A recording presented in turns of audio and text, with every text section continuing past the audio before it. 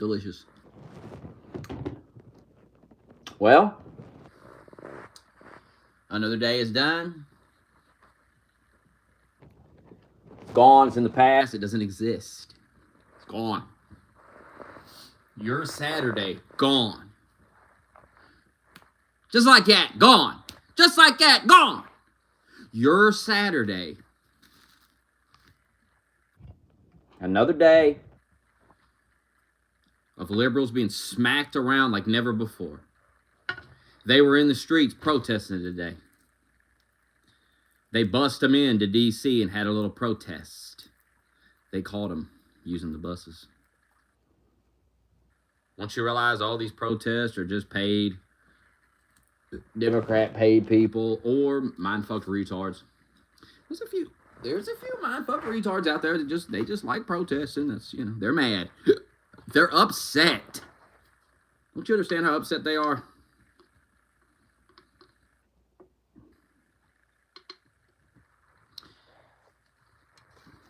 I ain't been paying no attention to Eli. I don't know what he doing.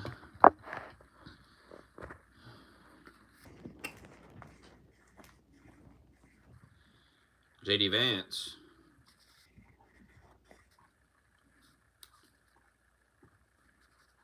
Uppercut. Little Krasustan today. I don't know, Brian or Ed, one of them. One of them got punched in the mouth today by J.D. Vance, the vice president, slapping you around on Twitter for your stupid fucking fag bullshit. Rad Paul making a fool of himself. We're really at the end of an era. We really are. This is the end of a fucking era. I really do feel like Rad Paul, Thomas Massey, a lot of these Democrats, like, they're on the way out. Their political careers are, maybe Rad and Massey can survive. They're Republicans. They got, I don't hate them or anything. But they're doing great damage to themselves. And the liberals, there's no hope for the liberal. There is no hope for the liberal. If you're a liberal, I'm sorry. I'm sorry to have to break it to you, but it's over. And I know you're coping. I understand. You're coping about it. You're hopeful for the midterms, but this is deja vu all over again. It's just like last year. Last summer, I spent the whole summer listening to people tell me Kamala Harris was going to win the election. And I just didn't know what I was talking about. And every day I would say, wait, why do you think that? Can you explain? What am I missing? Because I was convinced. Never in an election have I been so convinced that Trump was going to win. I was fully confident. 100%. I had no doubts whatsoever. But everyone told me you're fanboying, all this dumb, ignorant shit that retards say to cope with not having an argument. And here we are again. It's this deja vu all over again. It's this AstroTurf enthusiasm, this AstroTurf. I'm afraid to show my face. I fear you. I fear you. I fear you. I'm afraid of you.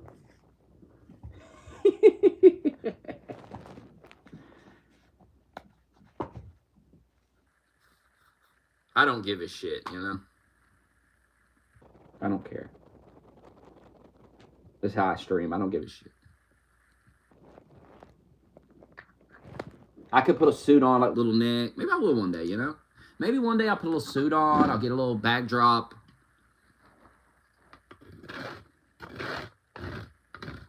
Be like Little Nick. Say what you want about Little Nick. He's a clown, but he is entertaining. He is entertaining. Saw some weird videos of him last night, though. He's kind of a weird guy, man. Some weird shit.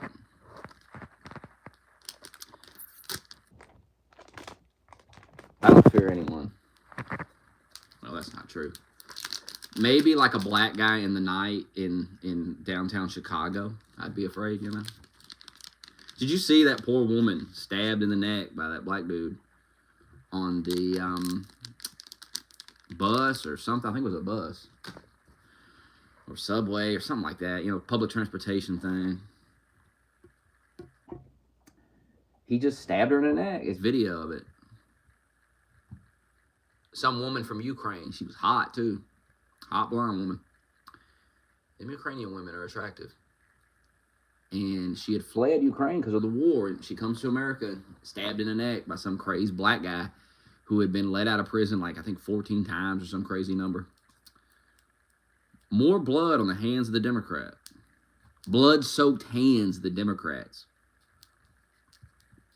I can't. You know, I've noticed why there's less Democrats in my comment section typing these days, because their hands are covered in blood. And it's hard to type with the blood-soaked hands. Got blood all over your fucking keyboard. Your hands are slipping all around and shit. You know, it's a fucking mess. It's a fucking mess.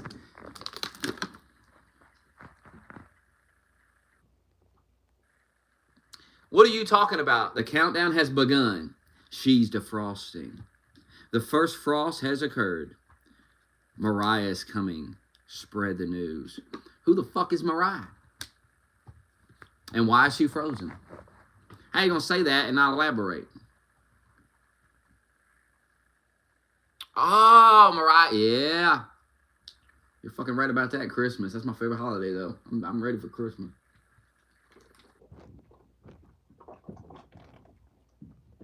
Halloween, too. I love fall. I love winter. I'm done with summer. It's hot, bugs everywhere, mosquitoes and shit. I'm sick of that shit. Go outside, but bugs getting you, the heat's getting you. You're under attack.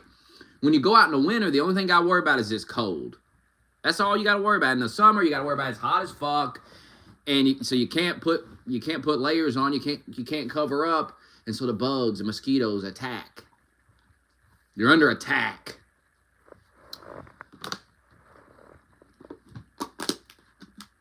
All right, Carrie's coming.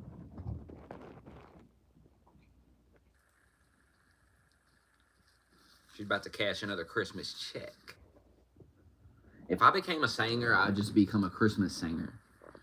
Every Christmas time, you just make a bunch of money with your Christmas music.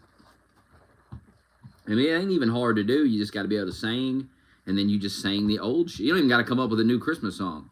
You just sing the old Christmas songs that other people sang. And then people say, oh, this guy's all right. I'll listen to this.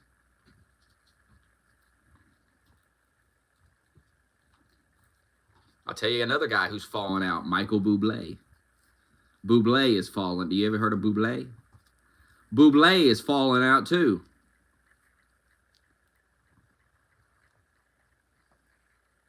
Bublé. Bringing you some Christmas cheer. What are we doing?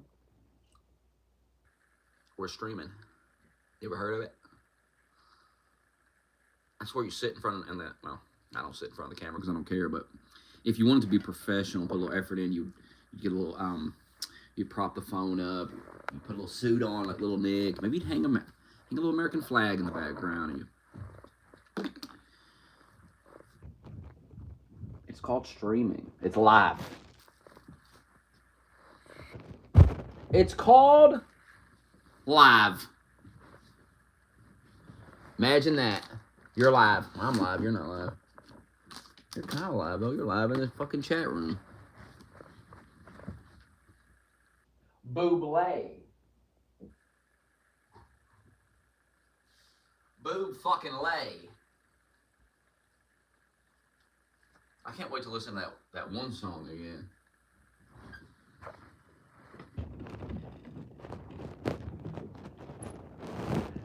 Why can't I yell?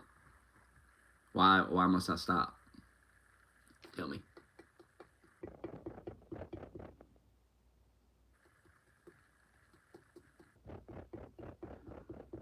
Tell me. Oh, your little ears. Hold on, I need to share this. Let's see. Okay, we're gonna go here, and then we're gonna go here.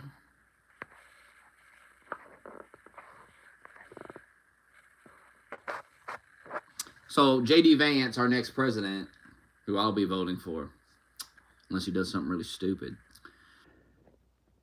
Little Kazakhstan today. I don't remember. I don't know which Kazakhstan it was, Ed or Brian. Little Kazakhstans.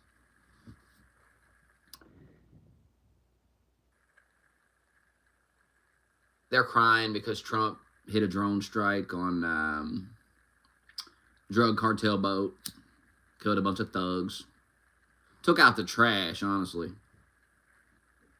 I like when they take out the trash. I like having a president that takes out the trash. I've been talking about taking out the trash for 15 years. Even when I was more liberal, I always talked about taking out the trash, killing these fucking thugs. Even as a liberal man, I knew we needed to take out the trash.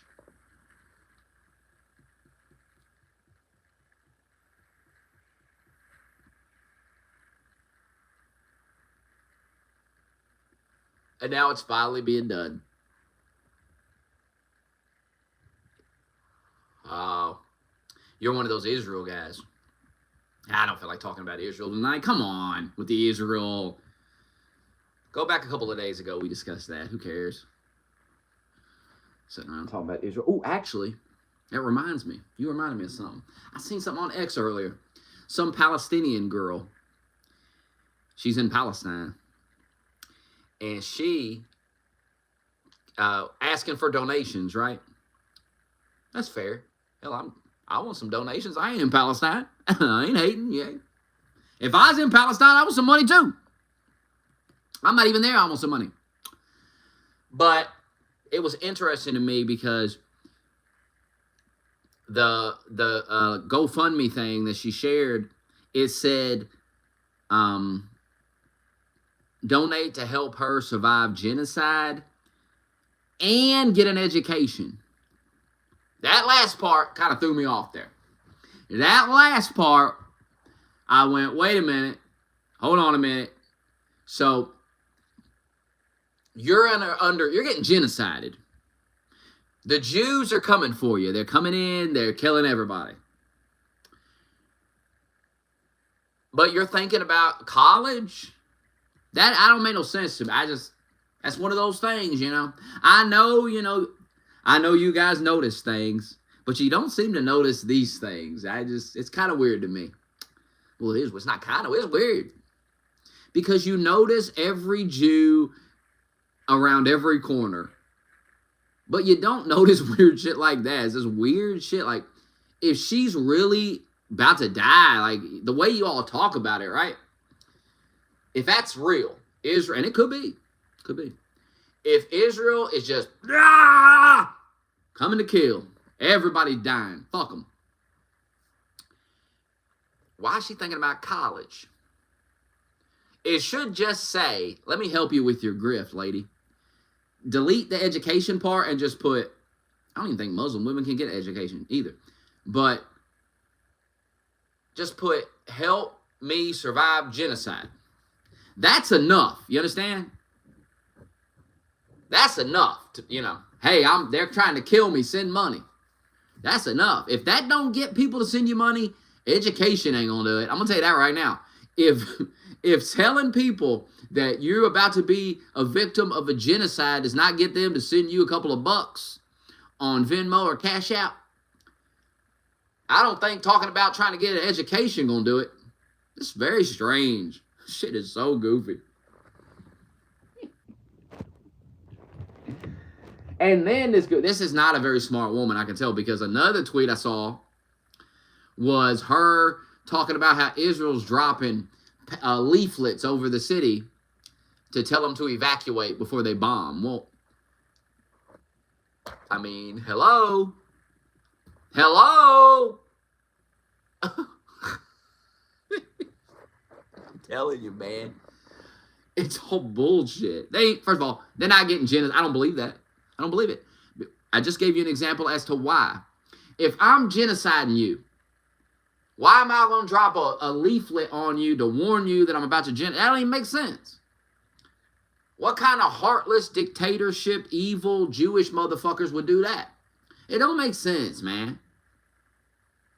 Well, where are they going to go? They're just dropping the. I mean, why drop the leaflet at all? Fuck it.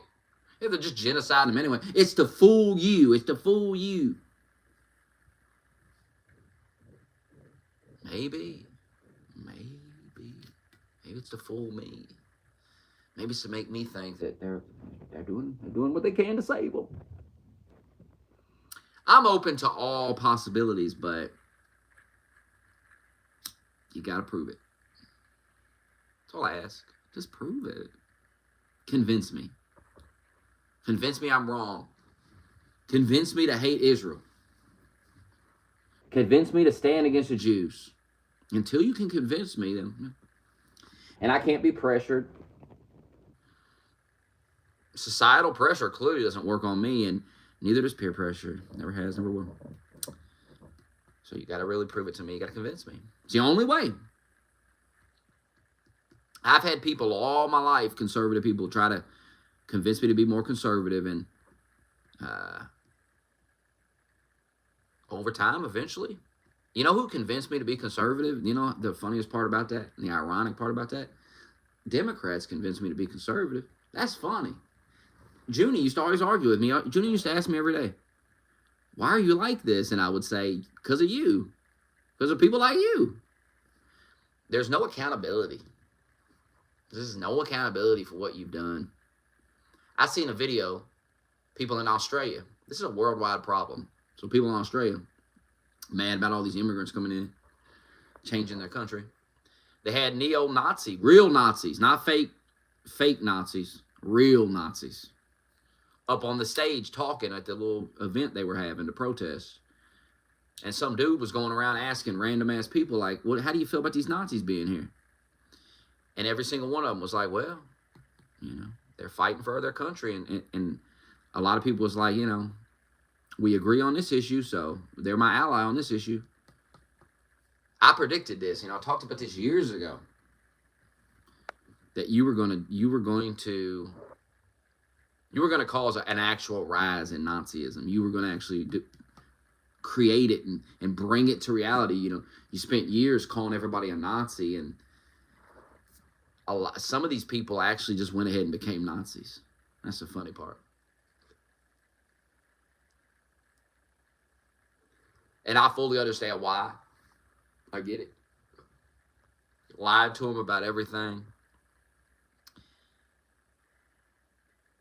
And they know you hate Nazis, so they see you as evil, and that's your fault. That's nobody's fault but yours, because you are actually evil. I mean, you're evil. And so because you're so evil and been so ruthless towards these people who were not Nazis to begin with, they were just normal people, they've started to think that perhaps you lied to them about the Nazis. And perhaps the Nazis were the good guys. And that's your fault, and you did that. And I've been talking about that was going to happen for years. Talked about it many times. It's what I think happened to Kanye. I think you drove Kanye away. You alienate him to where only Nazis support him. So, I mean, that's his allies, right? You have nobody else, and these people accept you. These people come to your aid, to come to your side. This is what happens when you alienate people. This is what happens when you leftists alienate everybody and you push them away and you shun them from society. Much like you've done the Nazis, Nazis are pieces of shit, but that's what you've done to the Nazis. And so now you've put everybody else, you've shunned everybody else. You've put them in the same place. In your mind, they're just like Nazis. So then people start to question, are Nazis that bad? Because you're calling them one and they're just a normal person. And then some people just go ahead and become full-on Nazis. And then they start tweeting about killing you. Now they're all over Twitter talking about killing you, retards. You did this to yourself. You really did this to yourself. And I'm telling you right now, and I know you don't heed my warnings, but you better heed this one. I would stop. I think it's time to stop. I think it's time, if you're a leftist, to shut up. It really is time to shut up for a while focus on video games or movies or something, music or something. Just get into other things and get out of politics. Just ignore it. You really, you're making a mess. You're making a mess, and we got a lot to clean up. We got a lot to clean up because we also have to convince all these young men not to be Nazis, and you did that. So now we have the work of getting them to calm the fuck down. And we can't do that while you're out of control. Madness is still continuing. So do us all a favor and hush. You have done a lot of damage to the planet. Not just the country, the planet. And I ain't talking about the fucking environment. Although you fucked that up too.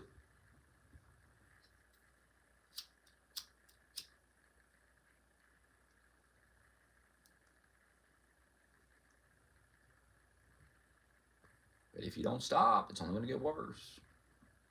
These people are only going to gain more relevance in our society because they feed off your lies and your bullshit. And you keep doing it, and they use it to sway people's minds to their side. I've been watching it for years. It really ramped up under Biden because you all were unhinged with Biden. You were arrogant, smug, and rude to every fucking body. You were threatening everybody, telling them what you were going to do to them. You were talking about packing the Supreme Court. You were doing all this shady bullshit, talking about all this bullshit. Doing all this bullshit.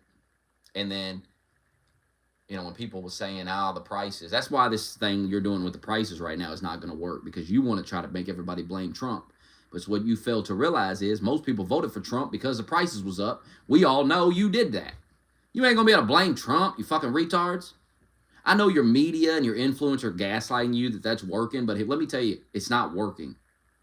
Take it from the guy that was right about the election, was right about everything that happened, told you back in 2020 what was going to happen in 2024 if you elected Biden. I told you he was going to lose. I told you was probably going to get Trump back. If he ran, you'd get him back. You're going to get J.D. Vance. That's for sure.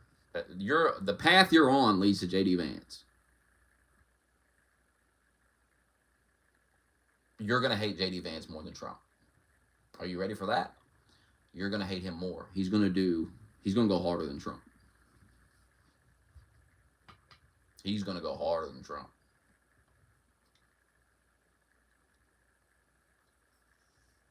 And he's young.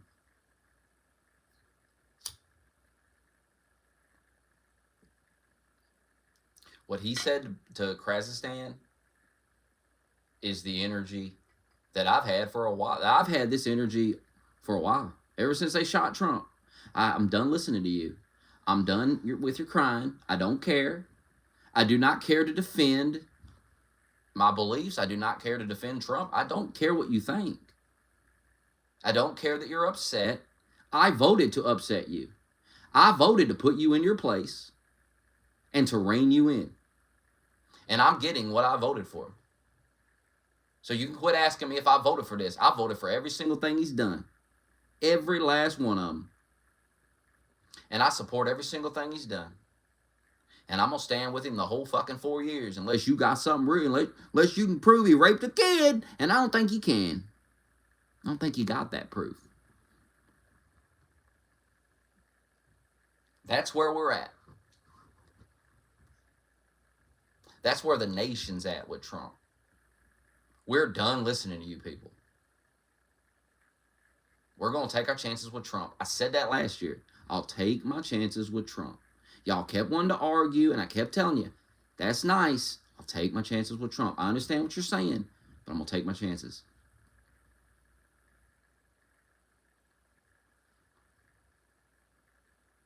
He's putting the National Guard out there. Oh, my God. Normally, I would agree with you. Normally, I would say, what's going on? What are they doing? But I'm going to take my chances with Trump. Do you not understand? What is so hard about understanding? Don't tell me what I said in a video 10 years ago. I don't care. I don't give a fuck what I said. I don't care. You have pushed this country and me so far that I don't care anymore what you have to say. And I hope Trump goes even harder on you. I hope he sends National Guards into all your cities and cleans up all that fucking crime so the normal ass people that live there can live a normal life and be left alone. I seen the dumb fuck mayor of Chicago. I don't know if this is true, but I seen a video of it. But, you know, videos can be misleading. But there's all these salt trucks lined up down the fucking road. And apparently he's planning to use the salt trucks to, like, block these areas where these illegal immigrants are. So it makes it hard. You know what I mean? Like, Tom Homan need to go arrest this motherfucker. I voted to arrest these motherfuckers. Like, enough of this. You tell me we pay all this taxes. And we can spend money on all this bullshit. Drag Story Hour, bomb Afghanistan, bomb Iraq, bomb everybody, bomb Russia, Ukraine, bomb everything.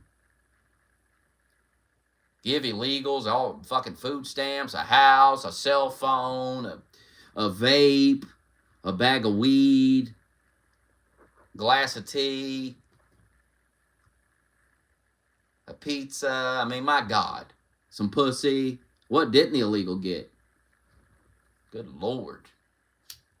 A blanket, a pillow, a bed, a couch, a TV. You gave them everything.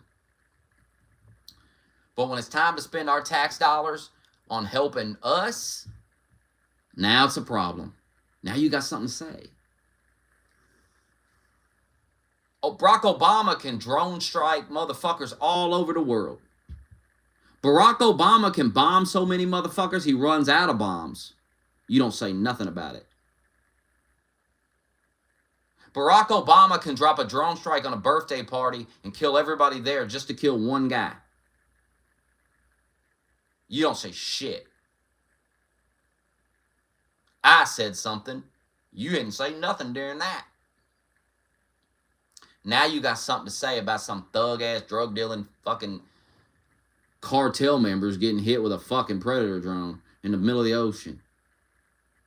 Well, Trump told him, don't stop sending the fucking drugs, motherfucker. Didn't listen.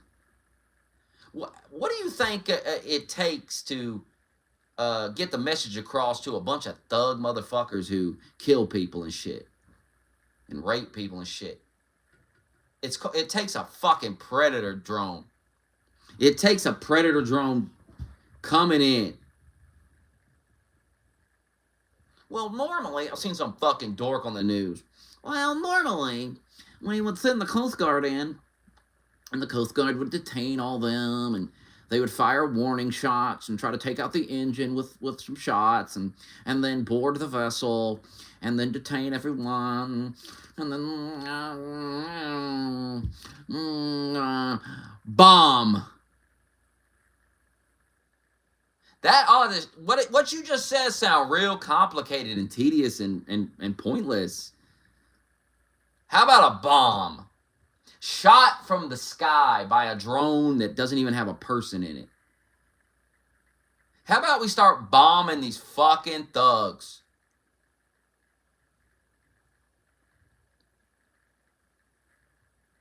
Bomb these fucking thugs.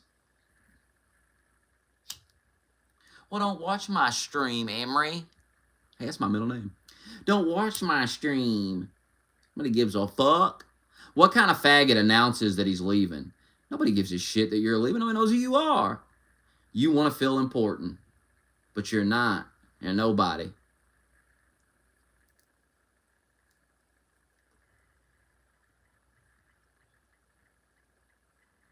Unfortunately, I must be going. Everybody read that and went, who the fuck is this guy? Who cares if he's going? Not a single person cares. Except one guy who will pretend to care in a second just to troll. Because he thinks it's funny. It's not funny, but he thinks it is. And let him think that. Let him amuse himself. It's been a long day for him.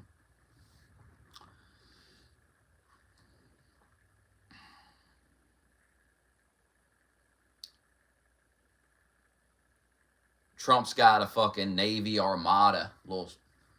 Got subs and cruisers, all kinds of shit surrounding Venezuela.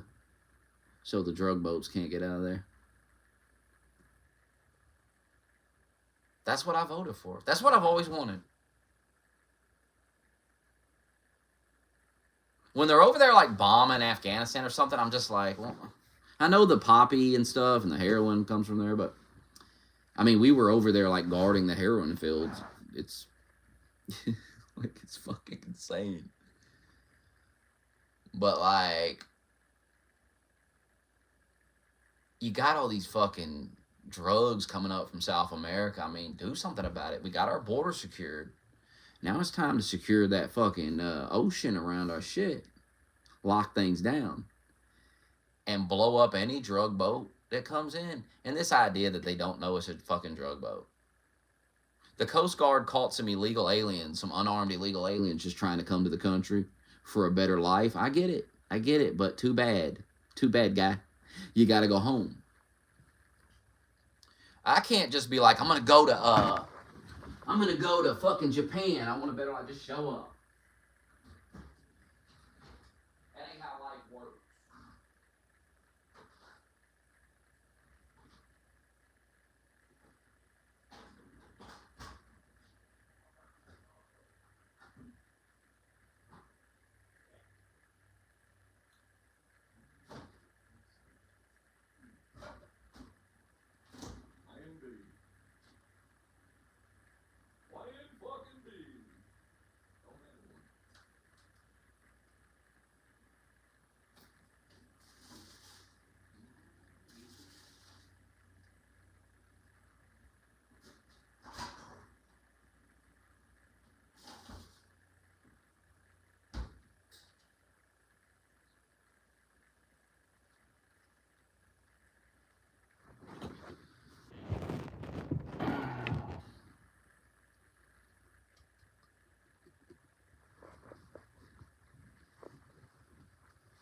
Some fag was in the comments earlier. I banned him. He was praising Jekyll Gold Kick. Telling me how great Jekyll Gold Kick was. Oh no. He's a legend. He schooled me, no problem. His content better than mine. You got me. You got me, guy.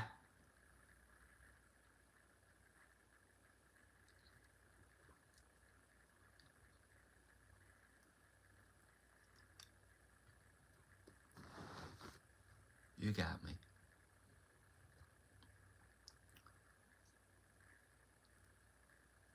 And I've already reacted to that video.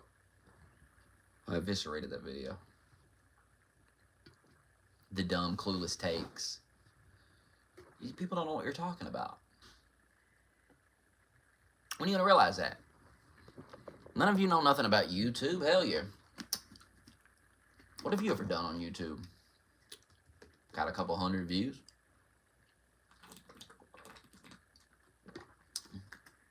When have you been on TV? What can you tell me? What can you tell a guy like me that's been on TV, that's been offered to go on TV? What can you tell me about anything? Think about it.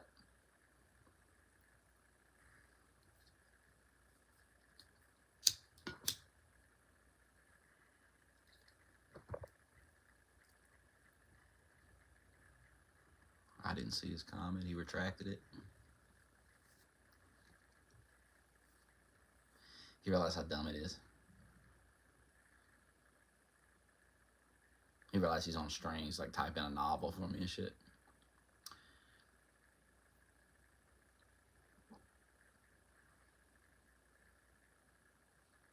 I don't have a problem with Jekyll Gold Kick. He just doesn't know what he's talking about. He's another clueless guy that thinks he knows everything about me and what I do. He seems to think that I can't prop the camera up and make 5 videos a day that are better than anything he's ever created in his life. He's clueless. Like, get a grip. I mean, come on, get a grip. You can't be that dumb. You really can't be that dumb.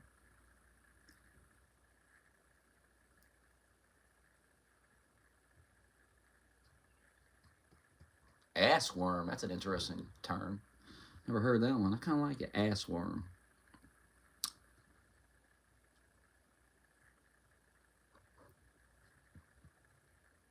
Emery, you seem emotional and upset, typing it in all caps and shit. Must have had a bad day. And you're taking it out on me. Take it out on me, Emery. Blame it on me, Emery. Blame your problems on me and the Jews, Emery.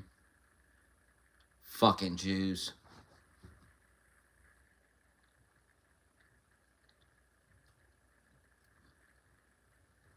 Thank you, Daxtino.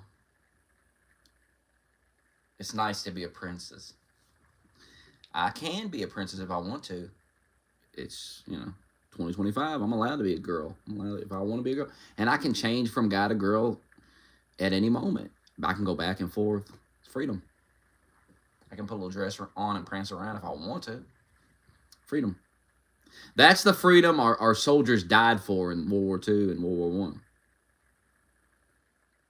Our soldiers in all the wars died for our freedom to put a little dress on and prance around the living room. And that's one of the most important, and not just prance around my living room, prance around the mall.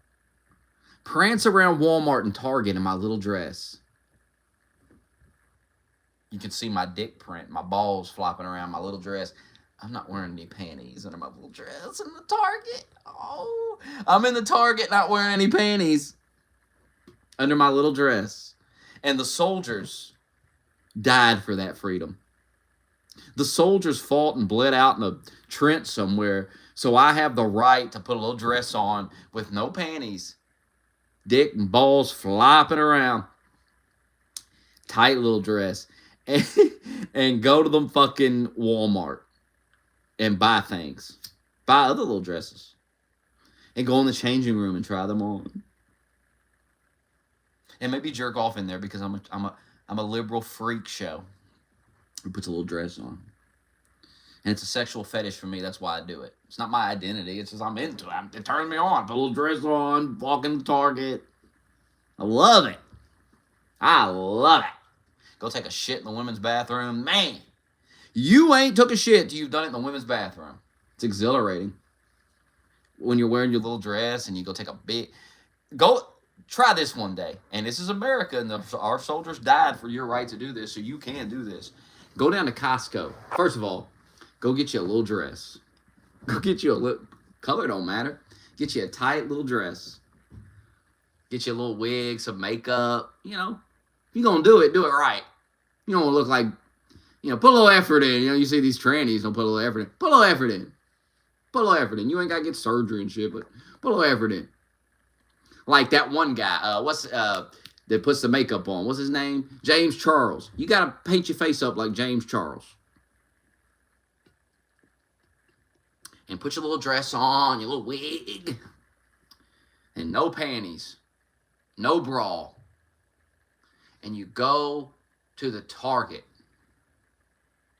And you're going to go to the women's bathroom. First of all, you're going to Costco. And when you get to Costco, get you one of them hot dogs. Or one of them cookies. One of them cookies. Big, what's that guy say? Double chocolate chunk cookie. Get you one of them. Get you a chicken bake. Get all of it. Eat you a big meal. Stuff your fucking face. And then, walk around the Costco a little bit. It takes time. And then you're going to have to take a big old shit. And go down in that women's bathroom, that Costco women's bathroom.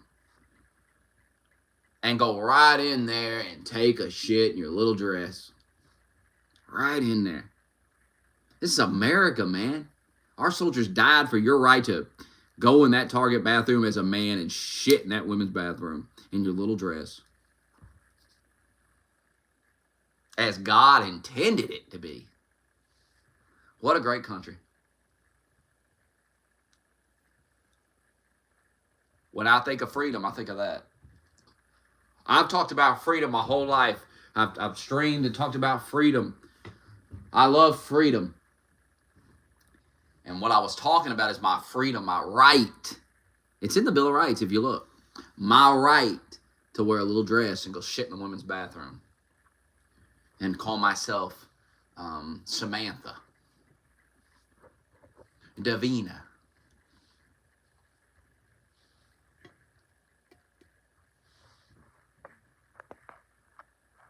Raven, you...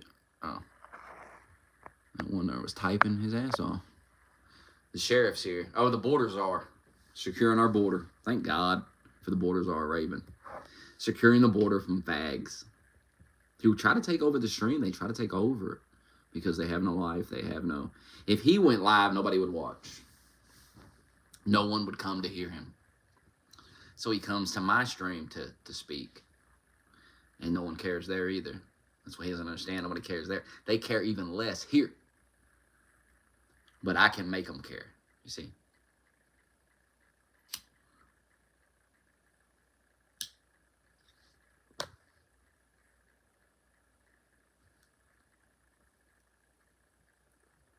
I mean, who are you? Who are you? Who is Jackal Goldcake to speak about me? An underground YouTube legend. That's what I've been called many times.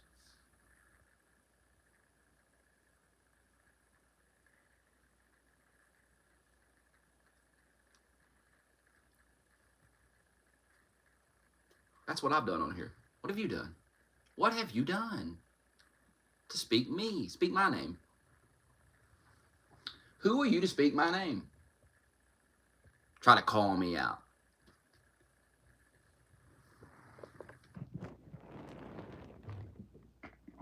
Last time I was on Voice with Jackal Goldcake, he kept apologizing to me. Remember that? And I was like, I don't even know what you're... Stop apologizing. I hate that, honestly. Unless you did something like real bad or something. But he kept like apologizing. And I was like, you gotta relax, guy. Nobody cares. I don't even care. I don't even know what you're apologizing about. And the more I told him to relax, the more unhinged he became.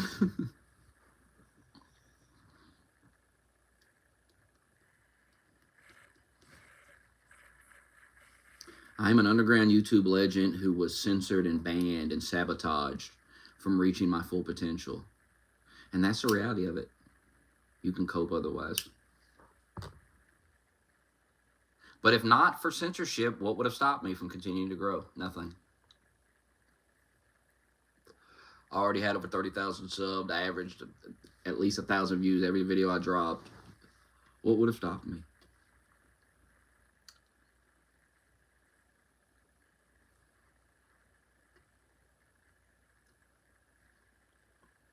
I mean, I was gaining subs every day. I was gaining 50 to 100 a day.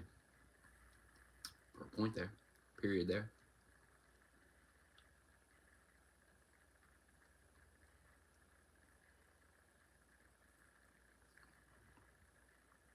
Who is Jackal Goldcake?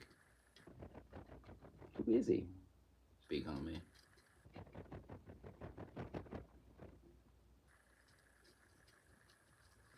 I want the smoke, though. I want you to come. I want you people to show up in the voice with me. Where are you? Stop typing. I've been listening to y'all type for 15 years. Let's get on a microphone with each other. So we can hear the... I love to get a guy on the mic. I can hear it in his voice. The nervousness in his voice. To speak to me. Underground YouTube legend. I understand. And speaking to me is... You're a fanboy. You were once a fan. Now you're a disgruntled... What does El Presidor call him? Scorned. You're a scorned fanboy. One time you were in a stream and I used you for comedy. I used you to entertain the viewer with comedy, and you took it very serious because you're weird. And now you hold a grudge. So many of you.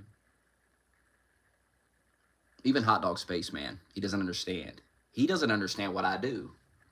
A guy that watched for years, it's very interesting that people that watch for years don't get it. That's the best part about it, watching these people that don't seem to understand. They're not in on the joke. Some are in on the joke, but a lot of people ain't. A lot of people ain't. But Hot Dog Spaceman is a perfect example of it because he doesn't understand what I do. You know, he wants me to... I have to make it funny. I have to make it entertaining. What something has happened, and we're going to make it entertaining. I don't care about... I mean, brutal honesty. I don't give a shit about, if you send a guy money, that's your problem. I wouldn't have done it. If you would have said it was happening to me, I'd have told you to stop doing it. But at the end of the day, it's funny. It is funny. And I have to acknowledge that and talk about that part. I can't just start crying with you and hold your hand because you're dumb and gave your money to some dude in the chat room. And this is what some people don't seem to understand, everyone in here, you're no better than par. You're not above me, you doing something stupid and me clowning you for it to entertain the viewers. And that's all it is to me, and I don't think about it after I get off, and I certainly don't hate you or give a shit about you. Or hope that you fail, or hope that something I'm not going, I'm not trying to fuck your life up or something. But you can't enjoy a guy like Parr getting bullied relentlessly and the butt of every joke, and then when it's your time to be the butt of the joke because you legitimately did something retarded, get all butthurt about it. Get offended about it. Cry. Say what you want about Parr, but he's still here. Still comes back. Some of you run. You can't take it. And then you're scorned. You're out there in the world scorned. Because you don't understand. And because you don't understand, what you don't understand is you fumbled a bag. You fumbled a bag. Because you got in your feelings, you fumbled. You fumbled hard. You could have strapped on to my rocket that was soaring away. It was soaring. You could have strapped on to me. But you decided to cry. Now you'll be in the cubicle for the rest of your life. And I'll be at the grocery store. Doesn't bother me. But you'll have to think about it. Because deep down inside, you know I'm right. You could have strapped onto my rocket. I was locked in, focused. I was rocking in the head. But you got in your feelings. When you fumbled your little bag, you could have got off me a little bag. You could have got off me. Fumbled. You had it, and you was like, oh, I'm crying. Oh. I want to be a part of the show. No, you don't, because when you're a part of the show, you want to cry. Then you want to fill out a form and get things banned. Because you don't want to be a part of it. You don't even understand what it is. You don't get it. Which is why when you idiots make a channel, you don't get any subs. Because you don't even understand what you're doing. You don't even understand the field you're in. You're in the entertainment field. You're not... Get out of your feelings if you're going to do this. Get out of your fucking feelings about it. What people say. If I got upset about what people said on the internet, gotta kill myself a long time ago. The fuck? This ain't for soft people. This shit right here is not... You don't be soft. Whatever happens, whatever comes out, whatever happens, you know what you've done in your life, so you know if you got secrets or whatever. If they come out, fuck it. You gotta be at peace with it, or don't do it. Some of you want to be famous, and you chase it so hard, and then you're like, well, you get like a dose of it, like a small, like 0.1% dose of it, and you panic like a lunatic. And then I look at you and I go, you ain't cut out for any of it. You couldn't have thousands of people fucking messaging you. You'd kill yourself. You would. You couldn't take it. You couldn't take it. I see these people like Junie. Junie's a perfect example of it. Has a YouTube channel. Makes videos. I mean, I guess he's trying to get views and subs. Why aren't you making videos? I don't get it. If you're not doing that, what the fuck's the point? But Junie's worried about people like finding out where he lives. Let me tell you something. People don't know where you live, bro. What are you talking about? People don't know where you're at, man. You want to be famous? People don't know. What are you talking about? I want people to know my real name. Like, what? What famous person do you not know their real name? Think about this. Where's the thought process? Every single person that starts a YouTube channel is starting it because they want to get subs. They want to get like 1 million subs. That's what they're doing it for. They want to get rich. And some people might want to get famous, but I think they want to get rich more than anything. But you kind of got to get famous to do YouTube and get rich. You'd have to get famous. I mean, that's what you'd have to do. So you're gonna have to accept people are gonna know your name. I just don't get that. It's just weird to me. It's like when people started telling me my name, and I knew they were saying it to like they thought it was bothering me, and I'm just like, you're interested enough in me to go figure out my real name. You went and figured that out. So I got you. So, and that's the whole point I'm here. Like, you don't even understand what you don't get it. You're dumb. I listen to you people for years. You're retarded. Like, what do you think we're doing here? You stupid?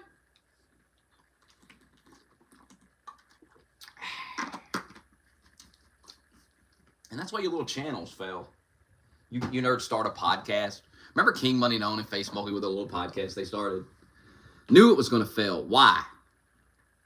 It's not that King Money's entertaining.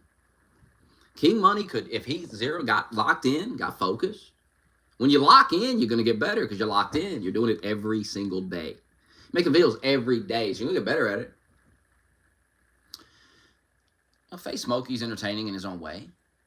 When you do a show with two guys, you only need one entertaining guy. You only need one like highly entertaining guy, and the other guy just there kind of.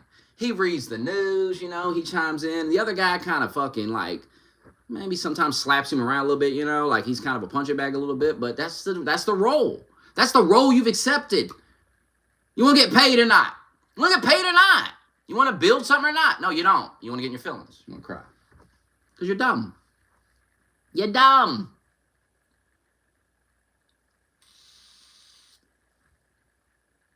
Who the fuck starts a YouTube channel? When I started my channel, I knew, like, okay, I want to grow this. And the bigger it gets, there's going to be an annoying aspect of it. And that's just part of it. How do you not know that going in? You're like confused. Look around at everybody else that's doing it and what they have to deal with. That's what you're going to have to deal with. Why are you going to be above that? I see people, they're the nicest people. I watch their videos, the nicest people, and there's people in the comments just shitting on them for nothing. They're just nice people. Because these people are miserable. So number one, who cares what they have to say? They're miserable fucking losers. They're 2 seconds away from putting a noose around the fucking someplace and hanging themselves. That's the reality of it. Because if they're doing it to somebody, some people are pieces of shit. Or they say things and piss people off. I get it. But some people are just like cooking a cake or something. And it's just a fun video, and this guy seems like a nice guy. Why are you hating on this guy? The fuck did this guy do? It's not about that guy. It's not about you and what you said in the video. It's the misery inside. These people are miserable. They get off work, they're watching videos, and they're pissed off about their fucking job. They're pissed off about everything. The Jews have fucked them over. The Jews have ruined it all. And so they sit in the comment section and act like a fucking retard. This is what they do. Listen, do you think anybody that's living a really successful, good life is sitting in the comment section talking shit? No, it's not happening, guys. It's not happening, and you know it ain't. You know if you was a multi-millionaire, you would not be sitting in the comment section. You would not be in this fucking live stream right now. You wouldn't even have time for this shit.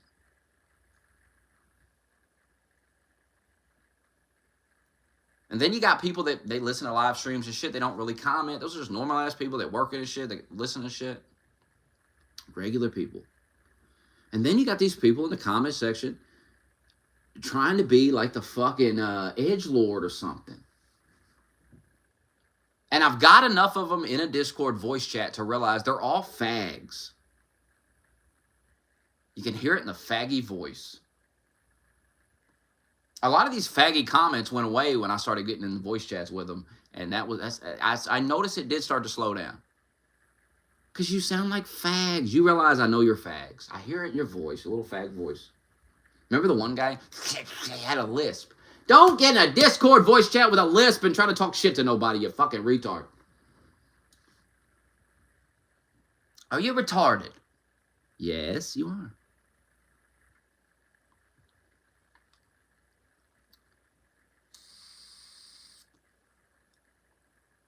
But you fumbled the bag. How does it feel to fumble the bag?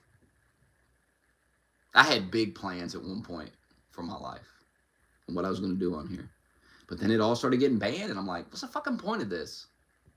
You can't build nothing on these piece of shit sites. Even DLive banned you. When DLive got banned, I realized there's nowhere to go. There's no point in this. This is pointless. It's utterly pointless. You can't even go to another platform. Now you can. The irony is now you could build it, but I don't care no more. I don't give a shit. So this is what you get. You stare at the ceiling. And you did it to yourselves.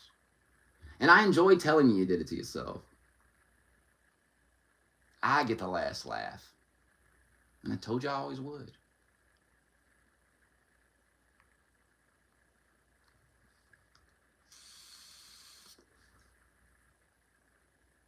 Fumble the bag. Bag fumbled. Oh, bag. Fumbled. It's a strange thing. But you see it all the time. I see it all the time. You see a guy. He'll have way more subs. He'll have hundreds of thousands of subs. People are latched on like parasites. That's fine. If you can contribute, that's fine. If you play a role, it's fine. And then they're getting their emotions. And it all falls apart for them. And then the guy keeps going, right? The guy keeps doing his thing. Because he's got hundreds of thousands of subs. He's at such a point that he can't be stopped. And the other guy just fades away. He had something. He had something on that guy's channel. He had something. He had a role. He was strapped to the rocket. And for some reason, he got off of it. Got upset. Got off of it. Wings of Redemption is a perfect example of that. Wings of Redemption is a serious example of that because that PKA is a big show. The PKA, man, they have some they have like celebrities on that shit now, and he was on that in the early days, and it was big back then. But I think it's bigger now. You're getting celebrity guests. You got to be bigger. And he fumbled it, number one, because he was greedy early on. I didn't understand it back then, but I understand it better now because I'm older. Like, Woody's gamertag was trying to build something up. And he was probably telling him, hey, man, the money is going to come, man. Just chill the fuck out, man. The money's going to come. Because I remember Woody talking about he gave him some money. So clearly Woody was trying to give him some money.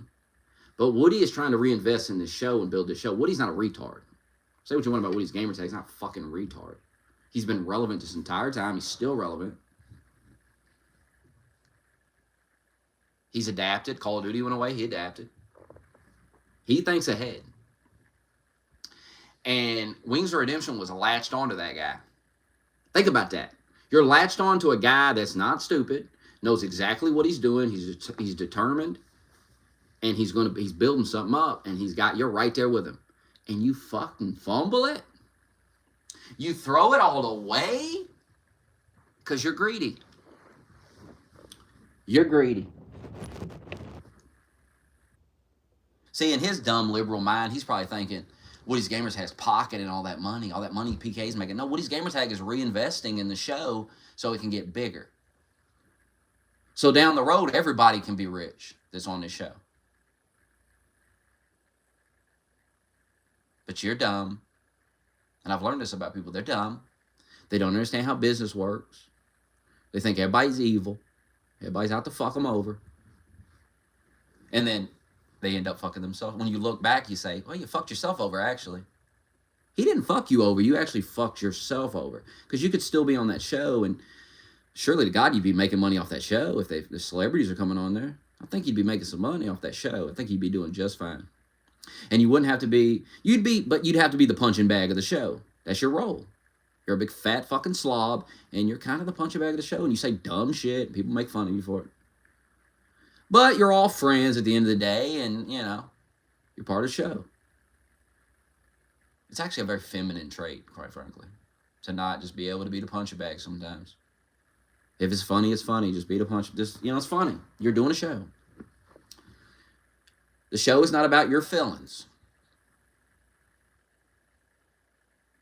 I mean, I would have fired him too. I mean, how annoying must that be?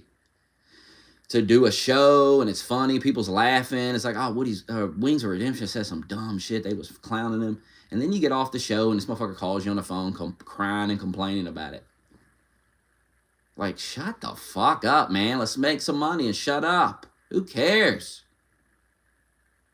You're a big fat fucking crybaby slob. Yes, we're going to talk about it. Because the fans, they want you. I mean, what the fuck?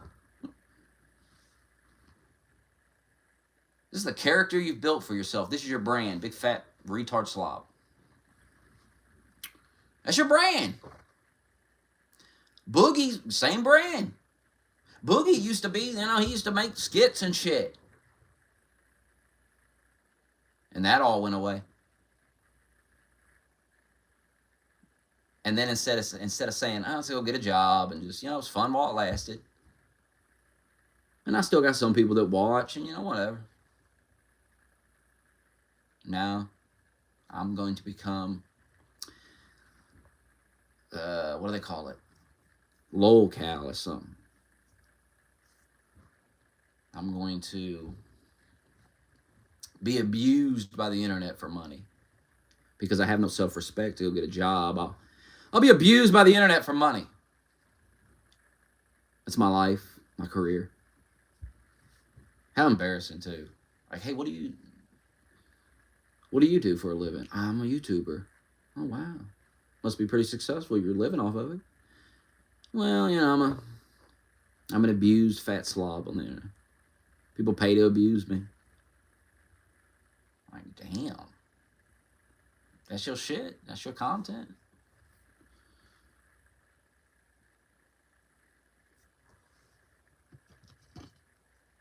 But I guarantee at some point, I've done it myself. Not to the extent these retards have, but I've fumbled the bag too. I'm at peace with it, though. They're not. They're not at peace with it. If they were at peace with it, they'd have a job and they just get on with their life. They're not at peace with it. Haunts them. It haunts them.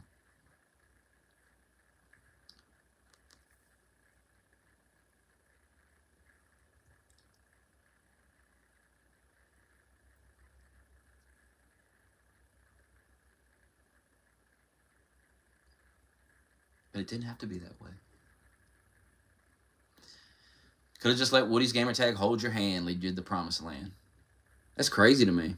It's actually crazy to me. And you think of all the other opportunities that were fumbled, the boot camp that FPS Russia was going to do for him, a whole boot camp series, a whole series of content. And he would have made money off the content, and he would have lost weight. It was all positive things. And he fumbled that. Fumbled that. How many opportunities can you get? Just say, fuck it, fumbled.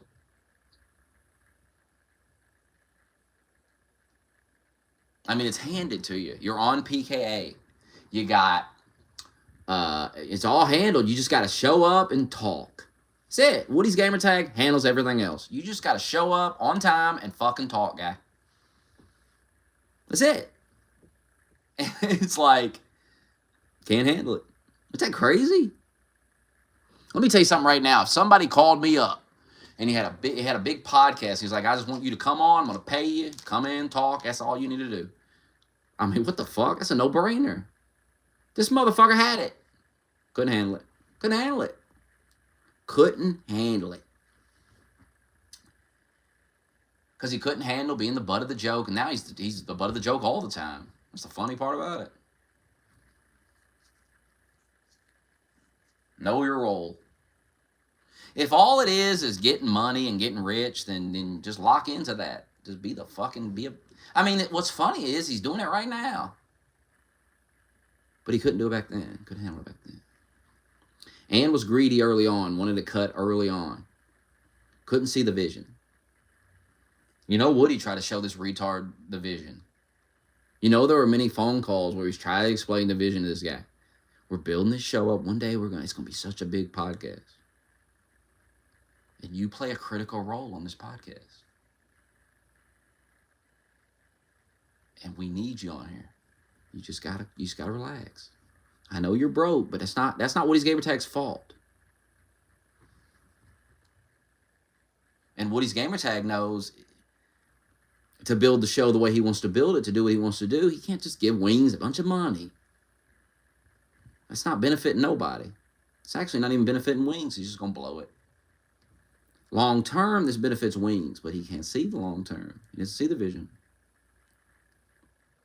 Just like he couldn't see the vision of the boot camp.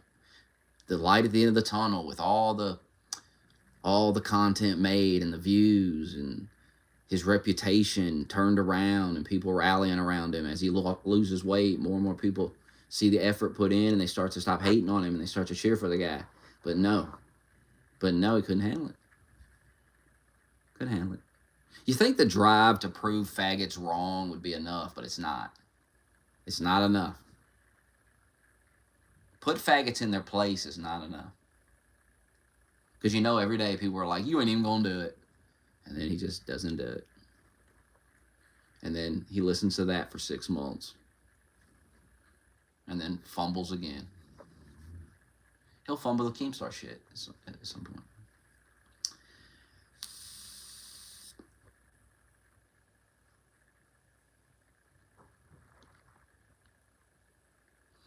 Is the fan dirty? Yeah, it is dirty. I need to clean it, don't I?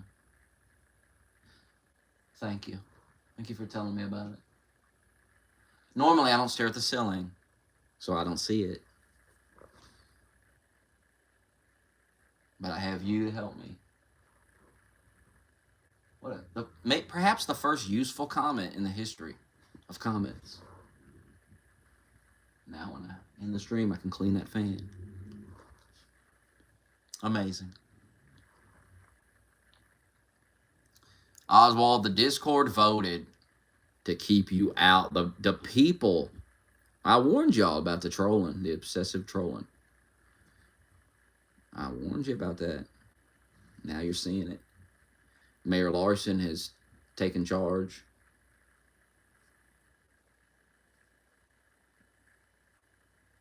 There's a power struggle, and he shot T. West with his shotgun. Mayor Larson rules with a shotgun over a gun control Discord. No other guns. He's got the only gun. So we're at his mercy now. Now, I am deep state.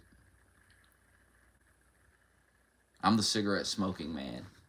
If you've seen X-Files. I'm in the shadows, pulling the strings. So I might be able to pull the strings. I might be able to pull some strings, but that's going to require a generous contribution. What's in it for me to come out of the shadows? I don't come out of the shadows often. What's in it for me? I pretend to have no power. I've evolved. I've realized true power is pretending you have no power at all. But you have all of it.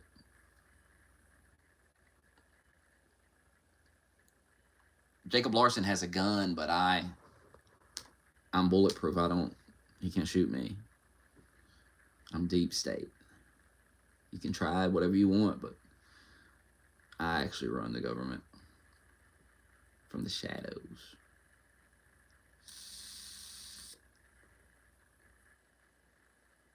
This is what you see, the smoke from the shadows. I lurk in there. Look it up. X-Files, cigarette smoking man. I'm about to rewatch X-Files for real. I ain't seen that in a long time. I've seen the whole fucking thing. Movies, all the shit. That show's good. X-Files is fucking good. I'm about to rewatch it. From the start. It's like 10 seasons or some shit. And like 2 movies or something. It's a lot of shit.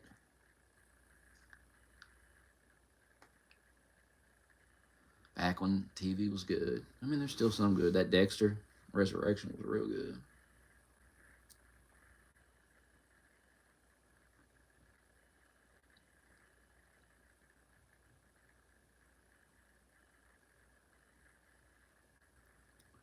And Faye Smokey is he's like George Soros. He seems powerless, but he's his wallet. He's got a wallet. George Soros got some power, you understand? George Soros might be able to sway some things with his wallet if he wants to.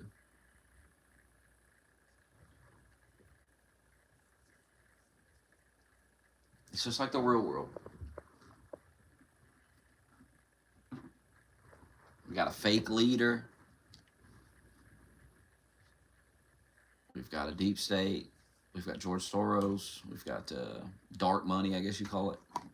Dark money donors.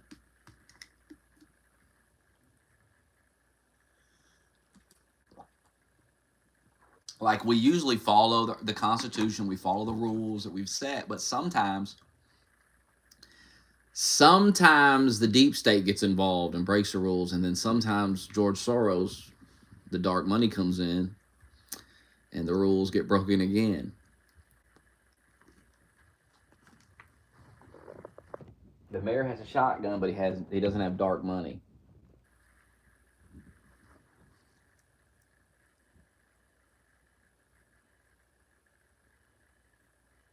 And with that dark money, you might be able to stage a coup.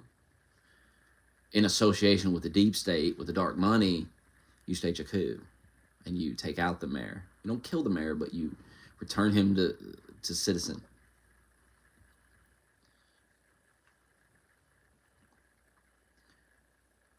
And then you appoint a new fake leader that you control with your dark money, you see. And the deep state sits back and allows it because the deep state's getting a cut of that dark money, you see.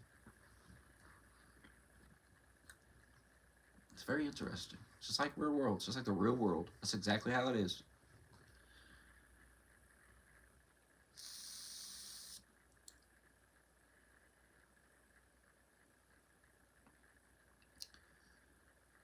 You need a guy like Trump in there that can rise above the dark money and the deep state. You don't have it, though. Nobody in that Discord can handle that.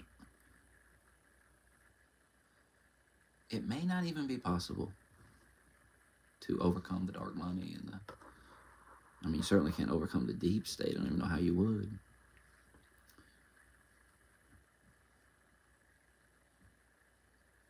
You could counter the dark money with your own money, but it would depend. Do you have enough money? Would be the question.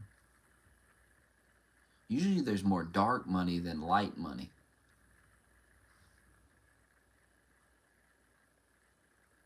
Anyway, what else happened today? J.D. Vance shit on the Kazakhstan, ratioed him into oblivion like he deserves. He's a clown. He replied to me one time. I destroyed him. He's a clown. Kazakhstan. I've watched him debate PBD. He got wrecked on that fucking podcast. Anytime he goes on one of these conservative shows, he gets just annihilated. Because he can't lie. The same fucking, what's that one guy? Sam Cedar and David Pakman went on. The David Pakman PBD is hilarious. Because David Pakman, all he ever says is, you got a source for that? What's the source for that? I'd have to see a study for that. And it's funny because they'll be saying like common sense shit. They'll be like, the sky is blue. The sky is blue. And David Pakman will say, you got a study for that? The sun is hot. Well, I'd have to see a study. Yeah, you data to back that up. That's David Pakman, man. David Pakman is a dork. And he got caught taking like $8,000 a month or whatever to shill for Democrats. And then he made some video like, yes, I get money, but they don't control my content.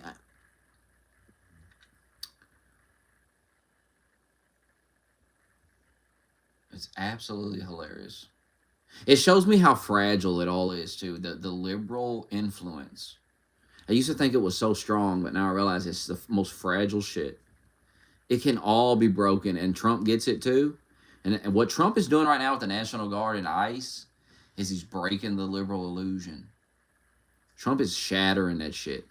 He's been shattering. He's been hitting it for 8 years, and now he's just, he's been hitting it with like a hammer.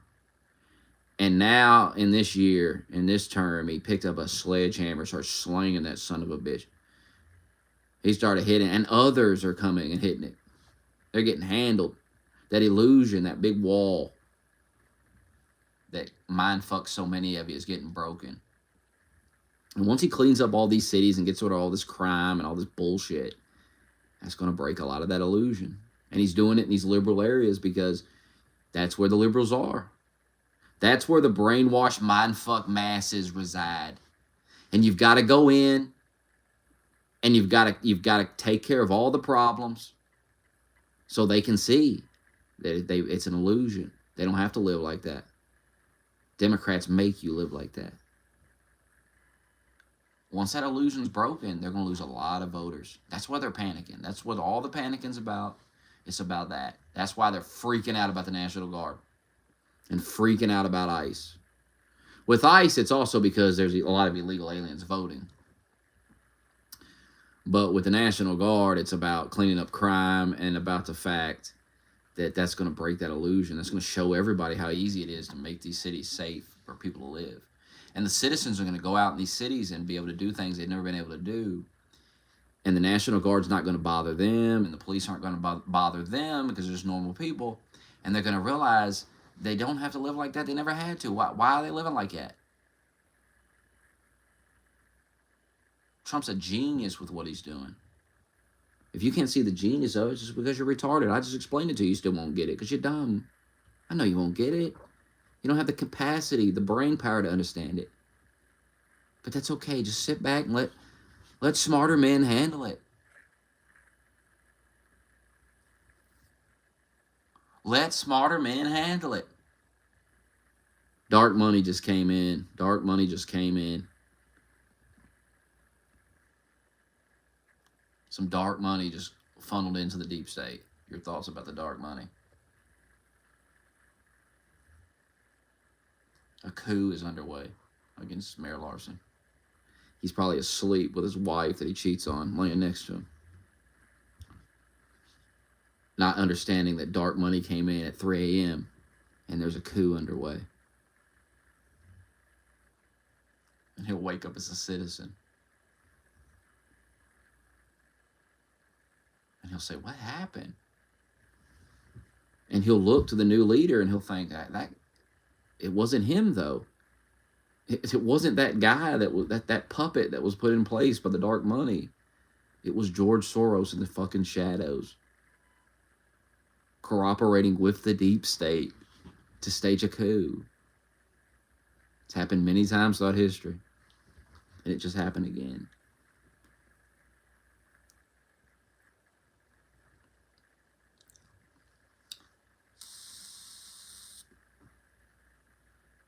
I can't believe it's already 3 in the fucking morning. I was at work till 10:30.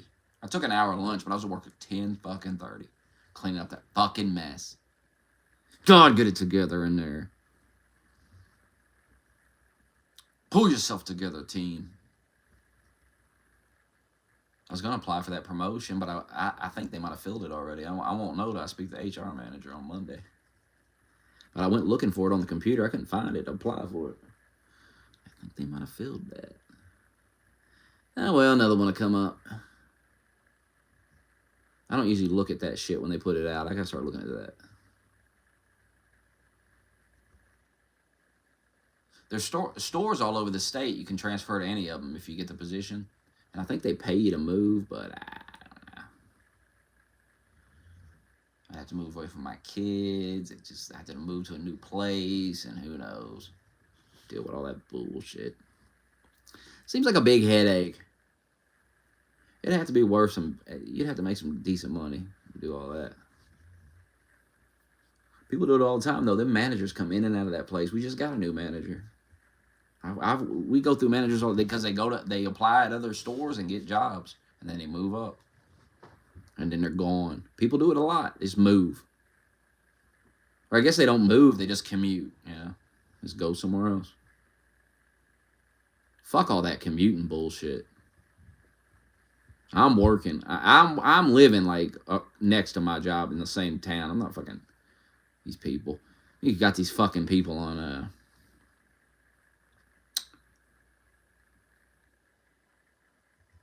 what is it? I don't know, I forgot.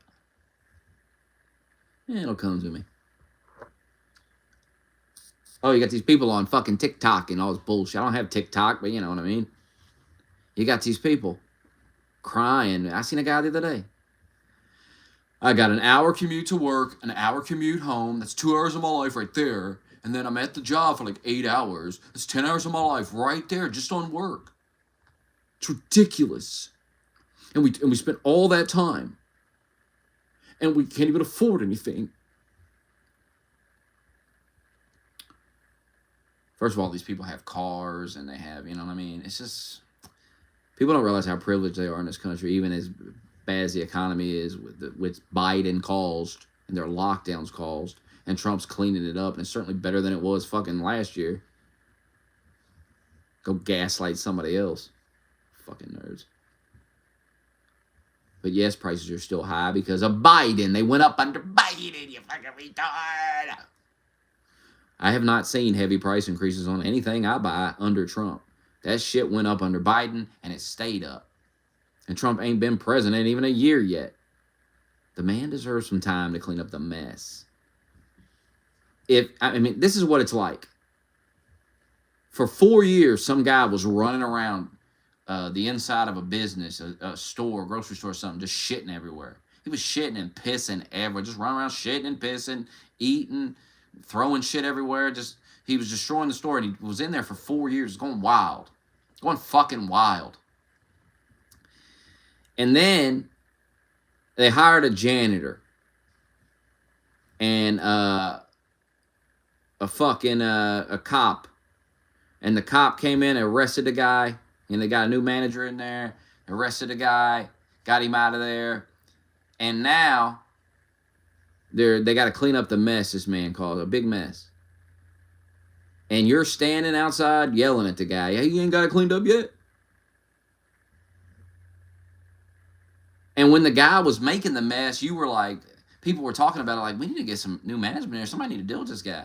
Why is this guy allowed to just run around? People's coming in there trying to shop every day, work. He's just going wild in there. And you were like arguing for him. You were like, what's the big deal? Let him do what he does. Who cares?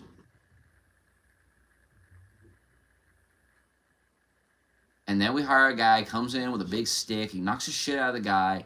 Cops drag the guy away. And now you're complaining. And then suddenly you go, look at this fucking place. Holy shit. What the fuck happened here? And everybody thinks you're fucking retarded. Because you know what happened here.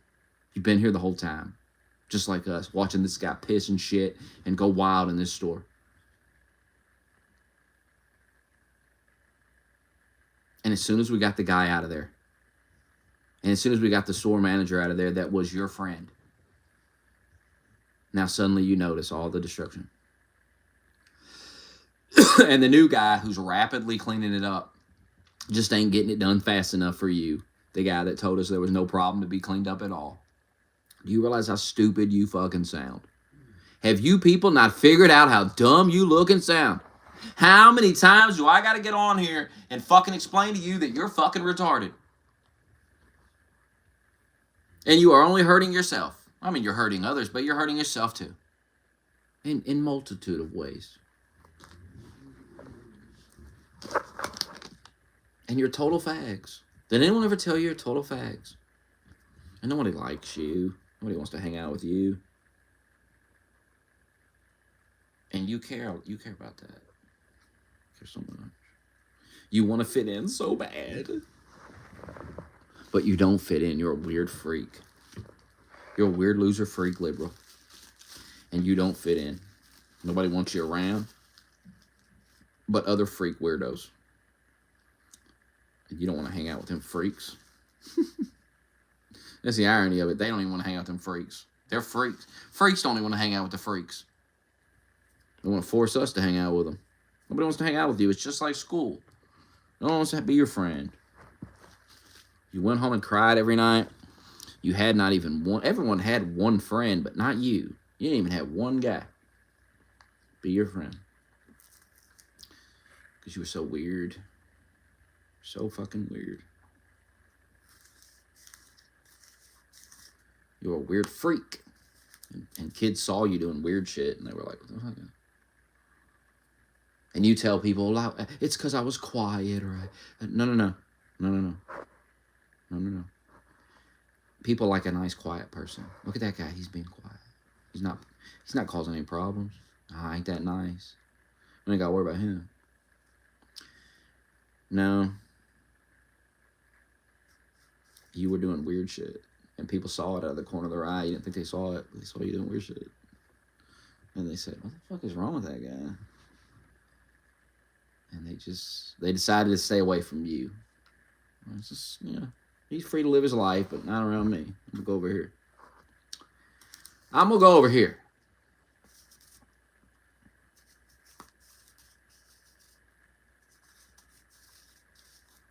And for a while, you were able to bully the entire society. You got your revenge on a society that shunned you. And then you started shunning. You had power to shun finally in your life. You never had it before. You never had any power to shun anyone. No one cared about you. But for a glimmer of time, a glimmer of hope for you, you had a moment where you had some power, some control. First time in your life. And you went insane with it. You couldn't handle it. You went nuts with it. And everyone said, "Oof, now I see why I didn't like that guy." So many people have come to realize why they never liked you to begin with. There was always something weird. They couldn't put their finger on it, but now they know. You're a weird freak liberal who voted for Kamala Harris.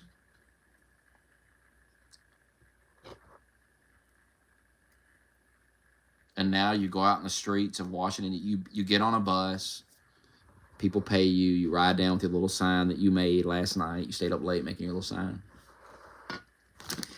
And you go to D.C. and you protest and say, bring the criminals back. We want carjackings. We want carjackings, you were chanting.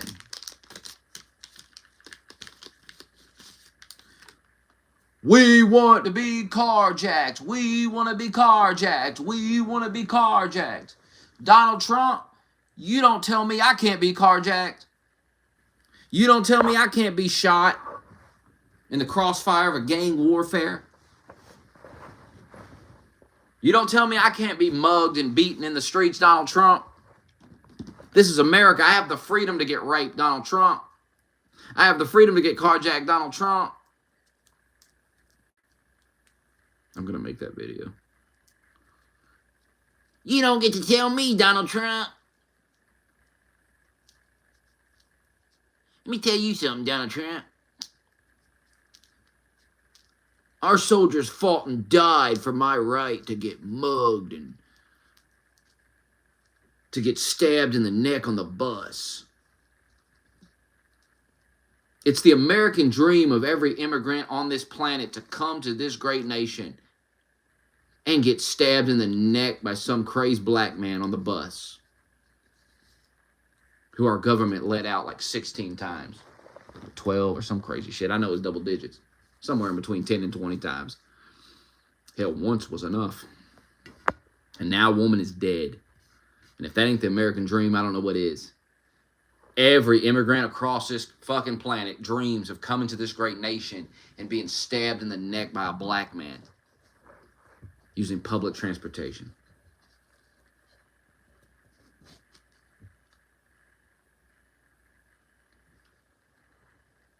What's wrong with the blacks? Come on, blacks. No, blacks know. The good blacks know. The good blacks understand what's going on. With the crazy blacks, the bad blacks. Bad whites, too.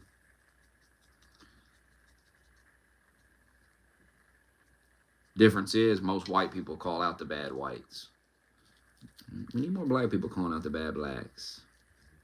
Police your community, blacks. Get your community under control. Beautiful white women are being stabbed in the neck. And let me tell you something. Let me tell you something, blacks. And I think you know. You don't think you really need to be told this, but they're only going to tolerate so many beautiful white women being stabbed. You understand? They're only going to tolerate you killing so many white women. There's going to become a point where it's like, all right, that's enough now. And I'm actually shocked that that's not a big story. Beautiful blonde white girl. You think that would be like national news? Everybody, when I was growing up, it would have been. But it shows how times have changed. But when some cop leans on some fentanyl addict's neck who was robbing pregnant women, trying to pass off counterfeit 20s, it's a national news. They're crying in the street and burn the city down. What if white people burn the city down because you stabbed that white girl in the neck? Would that be okay? What if we all went down to Target and got us some free shit? We looted the Target because you stabbed that white girl in the neck. Now, don't worry. Don't worry, we're not going to do that because that doesn't make any sense. It doesn't make any sense. Of course, there were retard white people looting too. It's really not a color thing. It's really a... you either have sense or you don't. It's the best way I can describe it. You have sense or you don't. You either, you either have to be told right from wrong or you just know. I'm starting to realize there's a lot of people that they really don't understand things. They don't understand right from wrong. They don't understand how to act in society. They're a nuisance. They're miserable. They want to make everybody else miserable. They want to cry about having to go to a job and work, even though that's how society functions. We all go to jobs, and it's just childish the way y'all think about life. It's dumb. We all go to jobs, and we all contribute to society at our job, and we do things that benefit everyone else. They have to. If you work at McDonald's, you serve the fries. Well, people like to go get some hot fucking fries. Take a little pride in your job and make my fries hot, put some salt on them. And then when you were crying like a bitch on the news about getting a raise, maybe I'd say, give that motherfucker, them fries are always hot. Them sandwiches are always good. They should make more money. Give him more money. But you're a cocksucker. You understand? You're a fucking cocksucker. Oh, no wonder the chat's not moving. My bad. Okay. I was like, oh, chat's dead. I don't even care. Fuck them. That's what people don't understand. When you do a good job at your job and you start saying you want a raise, people can't argue with you. Well, you don't do goddamn. The fries are cold, brother. Brother, the fries are cold, brother. The fries are cold. The sandwich is cold. It doesn't taste good. You didn't even put salt on these fries. How many times I got McDonald's fries that were hot with no salt? What are we doing? I don't come to McDonald's for my health. Put some salt on my fries, please. What are we doing here? I know I'm not here at McDonald's to get on a health diet, okay? Put the salt on the fries. The fuck are we doing here? If I wanted to be more healthy, I wouldn't even be here at McDonald's. Are you retarded? Put salt on the fries.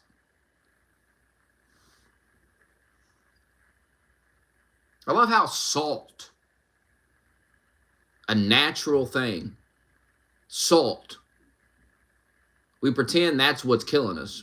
Too much salt. You're having too much salt. Not all the fucking chemicals and everything that they fucking put in there. Don't even worry about that. Don't even think about that. Have you noticed the salt content?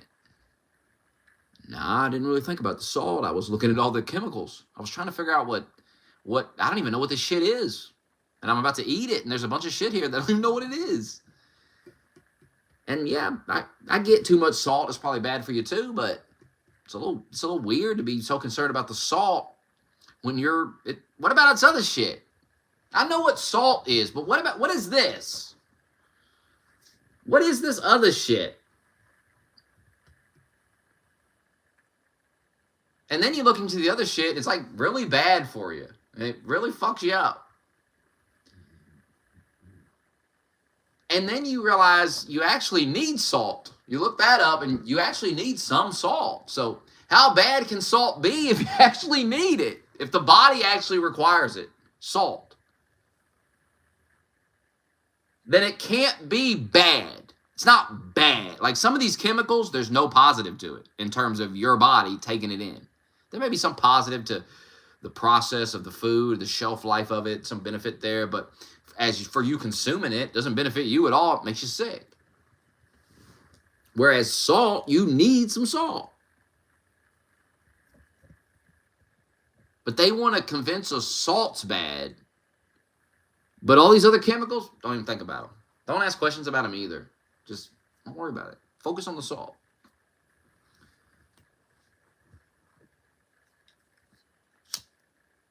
Your body needs some salt. And fat's another thing. Oh, get fat. Cut the fats. Well, your body also needs fats. There's healthy fat. I mean, fuck's sake.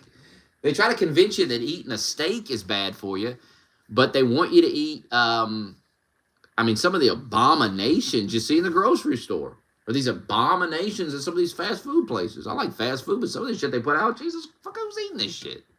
Taki sandwich. Fuck off, Wendy's. Fuck off, Wendy's. I don't want those Takis anywhere near my food. Get the fuck out of here. I don't want the... Good Lord. There'll be some bag in the comments in a minute. That's actually pretty good. Enjoy it. You see review of the week, gave that Chick-fil-A sandwich at 9.9, said it's one of the best things ever ate in his life. Like, damn, all right, guy. Chick-fil-A is good, but damn, that chicken sandwich is good. It's full of fucking weird ingredients, though. But it's good. That chicken sandwich. Oh. I wish I had one right now. That fresh chicken sandwich with the barbecue sauce. Oh, my God. Put some bacon on it, too. Oh.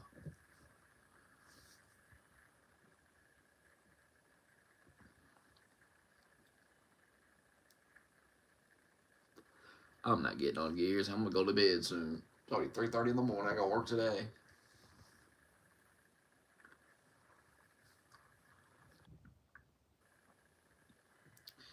No games tonight.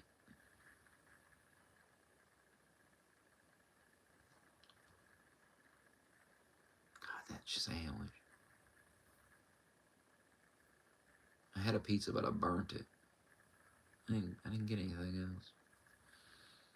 Mistakes were made.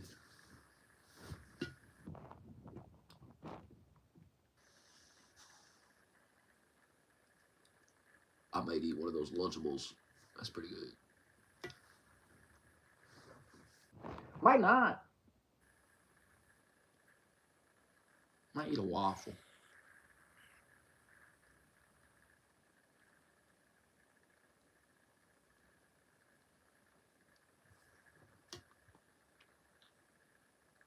Had that pizza burnt by mistake.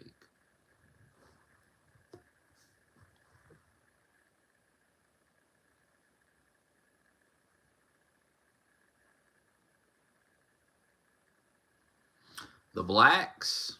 What's wrong with the blacks? Man, Jesse Lee Peterson, I was listening to one of his shows today talking about some story from 1997. Crazy story. Fucking crazy. So back in 1997, two teenage boys kidnapped a teenage girl, took her out in the woods, and sacrificed her to Satan. They did it because they wanted their metal band to be better.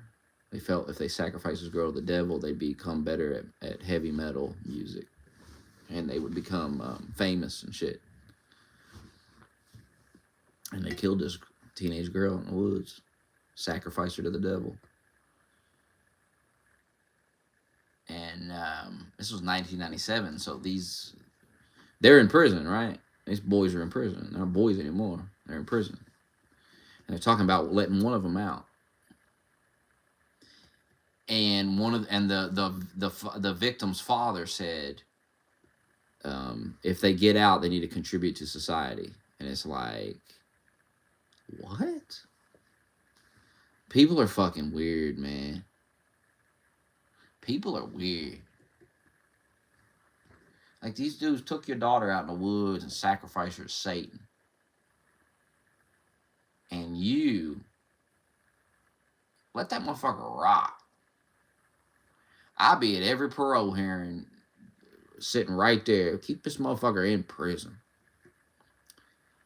You know, Parr said it in that Discord the other day. Oh, you know, they're teenagers. They shouldn't have to live with this. You know, I mean, it's like, what? Man, I've been a teenager, man. I didn't kill nobody. I didn't sacrifice nobody in the fucking woods. Fuck off with this shit. I've been a teenager.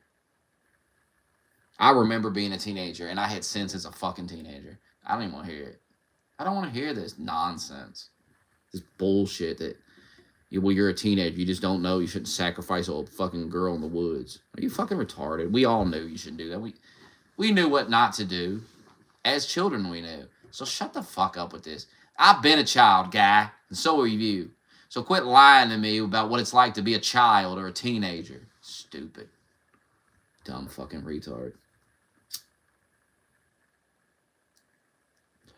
Well, Smokey, you don't understand societal conditions, social economic conditions, and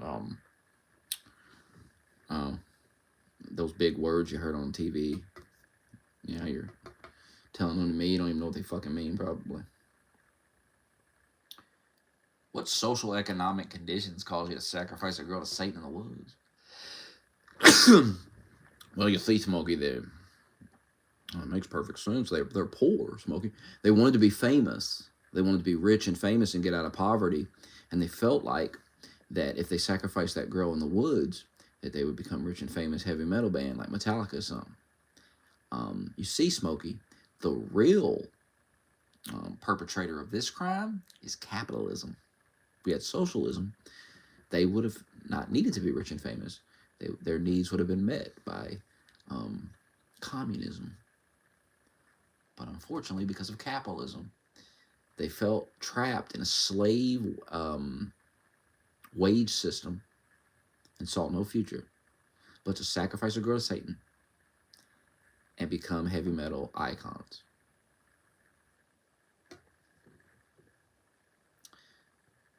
Now, that's an argument I just made from the leftist perspective.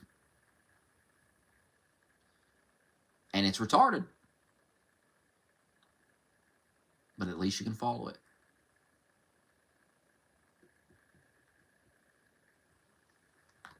I hope that helped you out, Parr.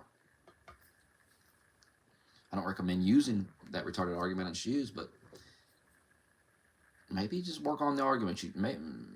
Try to make an argument, you know.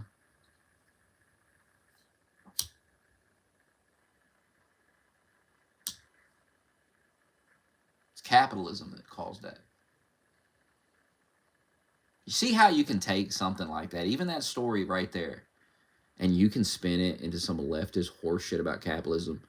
That's how retarded it is. It's all a bunch of stupid retard shit.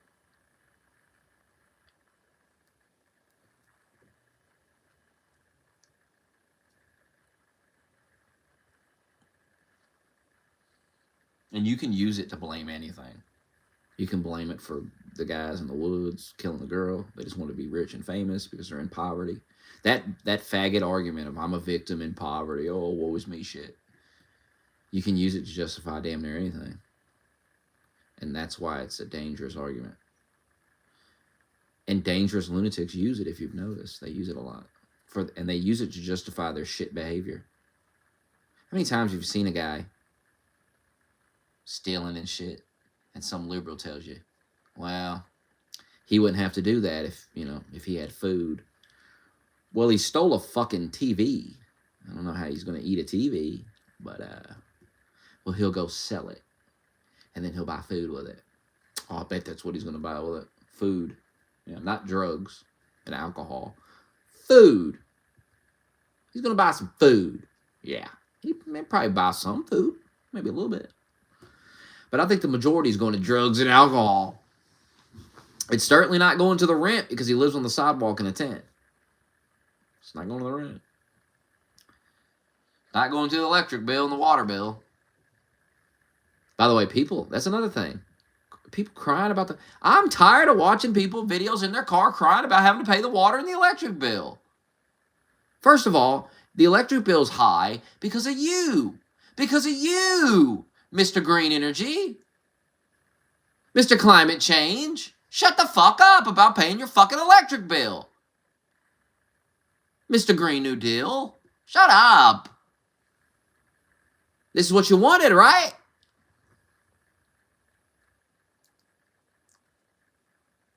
Shut down these power plants. Shut this shit down. What the fuck? They shut everything down. The electric bill went up. Yeah. Yeah, makes sense. Makes total sense. More power plants, more power. More power. Cheaper power. Less power, rare. The power's rare. Costs more.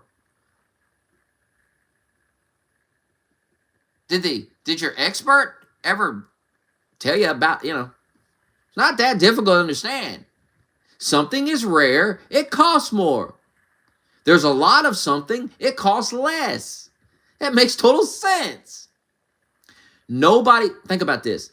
Tell me this. When's the last time you bought a pile of human shit? When's the last time you took money? Now, let me tell you this. There are men that buy human shit. They pay women to shit. But disregard that for a moment. That's another topic. Disregard that. We're not going to get into that tonight. We're not going to get into men paying women to shit on them or on the floor and possibly eating it. We're not going to get into that. We're not going to discuss that. We're not going to discuss men paying women to shit or paying other men to shit on the floor or shit on them and possibly eat it. Not talking about it. Not discussing it. But disregarding that phenomenon, which does take place. So that's rare, by the way.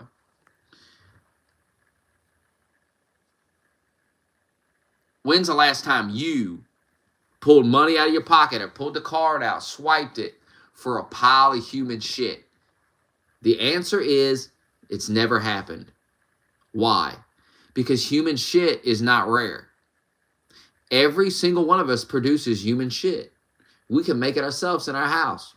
So if we wanted some human shit, why would we pay for it? It's priceless.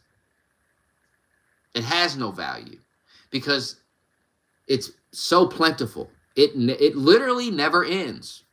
It never stops. There's an endless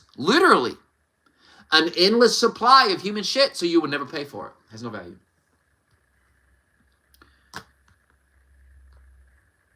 Whereas gold is rare and has value.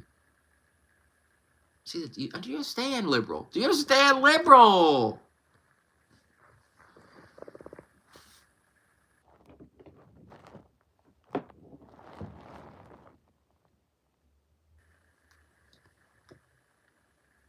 And don't worry about your job. Matter of fact, while you're at the job tomorrow, enjoy the job. Take a moment to enjoy being at the job. Enjoying the job, working, getting your work done, being productive. Because it's all going to come to an end one day. The AI takeover. And you won't have a job. And I don't know what happens after that. I don't know. I don't know what happens. I don't know what happens. But you won't have a job. You'll have a lot of time to gag around and make paintings and cookies and play your little game and watch your little movie. Catch up on Netflix. I don't know how you're going to afford to do any of that because you don't have a job, but tomorrow, enjoy the work. Enjoy the job. Enjoy getting that paycheck because it's not going to last much longer. It's all going to come to an end in the dark future that awaits. Or perhaps a bright future. I don't know. It literally is dark. You can't see it. You don't know what AI is going to do. You know it's going to do something, But you don't know what it's going to do. It may kill us all. I don't know.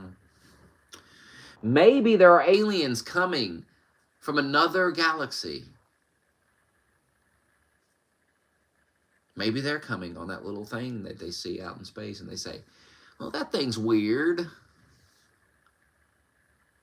That thing's strange. And it's coming.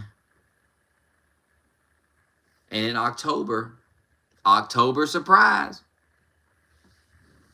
it's gonna be close. They're gonna try to take a picture. We'll take a little look. What if they take a picture and it's a whole ass alien ship? And by the way, if you're an advanced alien race who can travel from galaxy to galaxy, wouldn't you have sense enough to disguise your ship as a comet? Make it look like it's just an asteroid or a comet floating through space?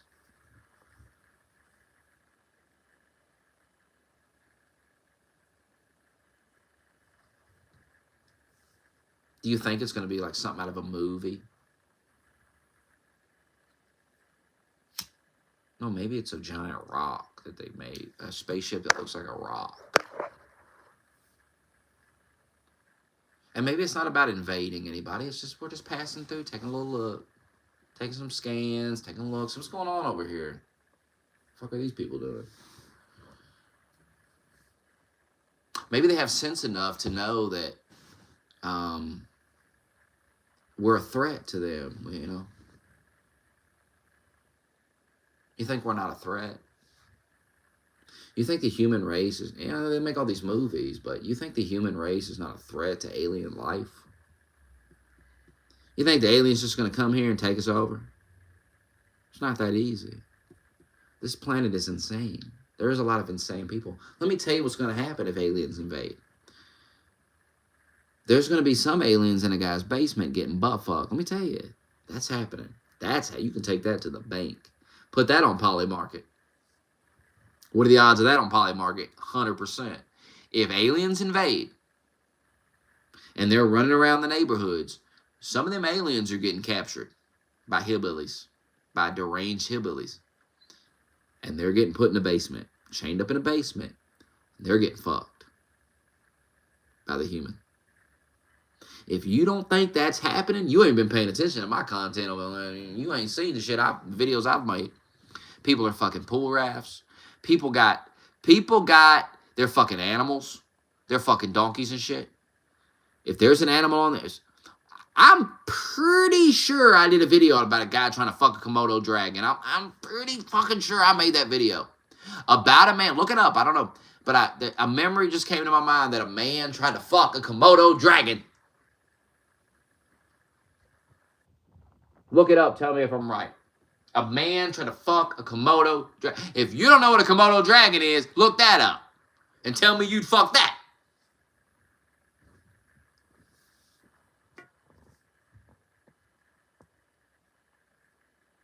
Oh, fucking an inanimate object. Hell, that ain't even weird. At this point, people are fucking giraffes. You know what I mean? Once you realize people are fucking giraffes and Komodo dragon, I swear to God, look it up on Google and tell me if I'm right.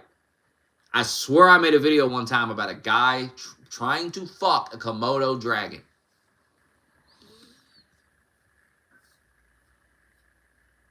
And it killed him, of course. Google this and tell me if I'm right. Man tries to have sex with Komodo dragon or something. What's the headline? Man killed trying to rape Komodo dragon.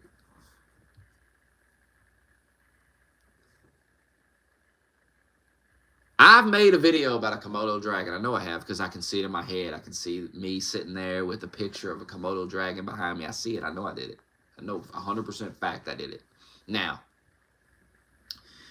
why would I make that video? It had to be something crazy as hell for me to even make that video. Komodo dragons are crazy, but I'm not known for... I'm not the guy that makes a video telling you all about the Komodo dragon and the history of the Komodo dragon. That's not me. That's not what I do. There are guys that do that, but not me.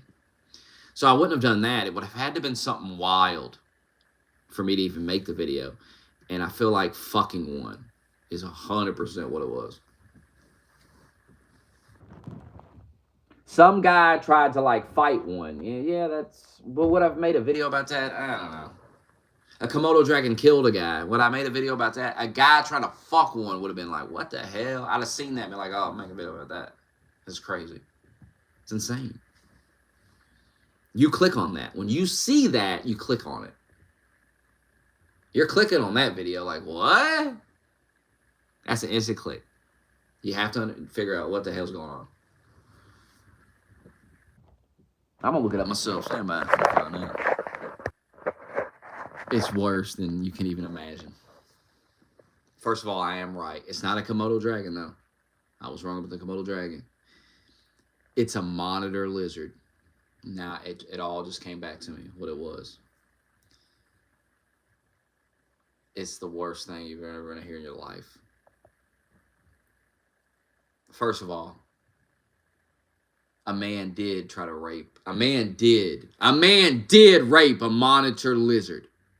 Fact. Happened. Not a Komodo dragon, but a monitor lizard. Look up monitor lizard. You tell me you'd fuck that. Maybe you would. And that would be your right. Our soldiers died for your right to fuck a monitor lizard. Now, there were 3 other men involved. A monitor lizard was gang raped by 4 men. Maybe this video is still up somewhere. You can find me talking about it, but you can Google monitor lizard gang rape, and you will find this article.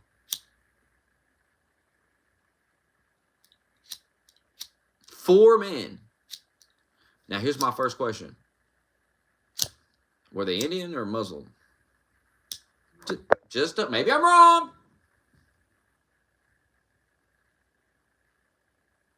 Maybe I'm wrong. Chinese? I was about to say Asian. Or maybe Asian. Hey, white people do weird shit too with animals. I don't know. A lot of white girls fucking their dog. We're not going to talk about that, though. We're not getting into that topic. White girls fucking dogs. We're not talking about that. We're not getting into a white girl coming home from a hard day's work and letting Air Bud fuck her in the pussy. Possibly the ass. We're not talking about that. Possibly her mouth. We're not talking about that. We're not getting into that topic tonight. Not getting involved in all that tonight. We're not discussing some white girl, some blonde white girl in college, long day, lot of studying, and then fucking Benji, nutting in her fucking face. We're not talking about that. We're not talking about some white girl sucking on the red tip. Not tonight. Maybe another night. Now,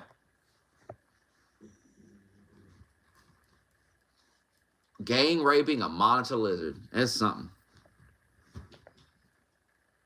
One guy doing it, it's fucked up. It's crazy, But 4 guys getting together to do it is actually insane. You all agreed to do this. Like, no guy stood up and was like, what the fuck are y'all doing? Like, what are you talking about? 4 guys all agreed, like, yeah, let's rape that fucking... Like, they were all like sitting around drinking and shit, and that lizard was walking around, and they were like, let's rape that fucking lizard. Let's fuck that lizard. They's all sitting around like, man, wish I had some pussy tonight. Yeah, some pussy. Go good with this liquor. You know what? Why don't we fuck that lizard? And one of the guys was like, what? Huh? Come on, what the hell?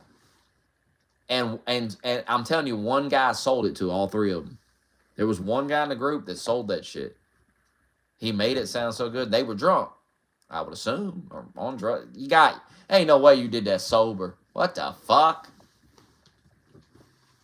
That's why I don't do them crazy drugs or get crazy drunk, because, what? You know what I mean? Look what these people do. They're fucking monitor lizards. That would be my anti-drug ad, would be this story. I would come on, here's the ad. It's a monitor lizard. All right, sitting in a room. You're zoomed in on the monitor lizard, and it's slowly panning out. Slowly panning out. And as it's panning out, you hear all this guys sitting around laughing, talking to the Chinese guys, whatever. I guess you got to use the country of origin. You make different ads around the world, different nationalities. Bunch of guys sitting around drinking, chilling in monitor lizard. And then as it pans out, you see the guys standing up, putting the bottles down, laughing and shit, and unbuckling their belts, looking at that monitor lizard. And then it goes black, says don't do drugs. Or no, it says, it goes black. You got some sinister music playing. Goes black. And then it says in like 2021, 4 men got drunk and raped a monitor lizard. Don't drink. Don't do drugs. Dare. Now, if that don't make you stay away from alcohol, what will? You telling me if I might get drunk enough to fuck a lizard? The fuck? I don't want no part of that shit. It'll make you pour the booze down the fucking drain. Don't do meth. 4 men got high on meth and fucked them out. What drug was they doing? You knew they were Chinese? What drug? Oh, you don't know. You lied about that. You tell me I gotta go look it up myself? See, this is why we need a guy. But Parr fumbled the bag. Guys like Duckhead fumbled the bag. We can't pay the guy to fucking look up the information. So now I gotta do it. Guess the nationality of the men. Go. I know it. Go. You get one guess. What's the country that these men originate from? That raped this 4 men raped a monitor lizard. What's the country? You know it. You know it. And it is the country you're thinking of. You know it too. I'm giving you a big hint. You know it. It's what you're thinking. It's exactly what you're fucking thinking. It's that first thought in your head. The first country that came to mind. That popped in your little head when you heard that. You're exactly right. You got to go with it.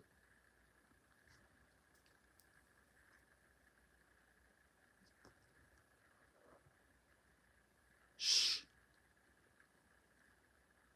4 men. Chandra, to catch you up, 4 men raped a monitor lizard. What country are they from? That's a question you need to answer, Chandra. Get you up to speed real quick. 4 men raped a monitor lizard. You don't know what that is? Google it. Monitor lizard. Monitor lizard. Monitor, like a computer monitor. Lizard. Green little motherfucker runs around. Monitor lizard. 4 men gang raped it. What is the country? Then they ate it. Find out what drugs or alcohol they were on, since you're reading it. The answer is India. Indian men. India. India! They came in it and ate it. Hey, I don't claim to be an expert on the monitor lizard. Sorry to not get their color right. Sorry to offend. Didn't know you was a monitor lizard expert. You take great offense. My apologies. I'm an uneducated on the monitor lizard. You know, when I made the video, I actually remember doing research on the monitor lizard, but I forgot all about it. So, smoked too much weed, I guess. I do remember doing research about monitor lizards for the video, though. Like, I wanted to learn about it. Sometimes I will go down a rabbit hole and I will learn about things. Like, one night I learned about sloth. The fucking gross, nasty sloth of the jungles. It's the most disgusting. The sloth is absolutely fucking disgusting. I encourage you. It's a specific type of sloth, I think. I encourage you to go look up this sloth and learn about the sloth tonight when the stream is over. The sloth is disgusting. The sloth is completely fucking disgusting, bro. First of all, the sloth has tons of moths living in its fur. It has all these bugs and moths and ticks and all this shit that live. It has a lot of moths. A lot of moths literally live on sloths. They live inside their fur. They breed in the fur. The eggs are kept in all this nasty shit. You see all these people, I want to hug the sloth. Keep that nasty fucking sloth away from me. I wouldn't touch it with a 10-foot pole, that nasty ass sloth. It gets worse, though, for the sloth. The sloth is really fucking slow, so it's like predators eat the fucking sloth, which is actually disgusting if you think about it. But I guess if you're a fucking tiger, who gives a shit? You'll eat the moths, you'll eat it all, right? You're a tiger. So the sloth lives in the trees. It's really slow, so it lives in the trees. That's what it does. But when it has to take a shit, it climbs down from the tree and shits on the ground. For some, well, I'm not going to say that because I know why the sloth comes down from the tree, because the research is coming back now. The sloth, you're probably saying, why doesn't the sloth just shit and let it fall out of the tree? Who gives a shit? It's a nasty-ass sloth. Why not? Well, the sloth comes down and shits on the ground because when the sloth comes down and shits on the ground, the moths that live in the sloth's fur go down to the moth's asshole and fly off and land in the sloth shit and lay eggs in the sloth shit, and then fly back up and get back in the sloth's fur. It's absolutely fucking disgusting.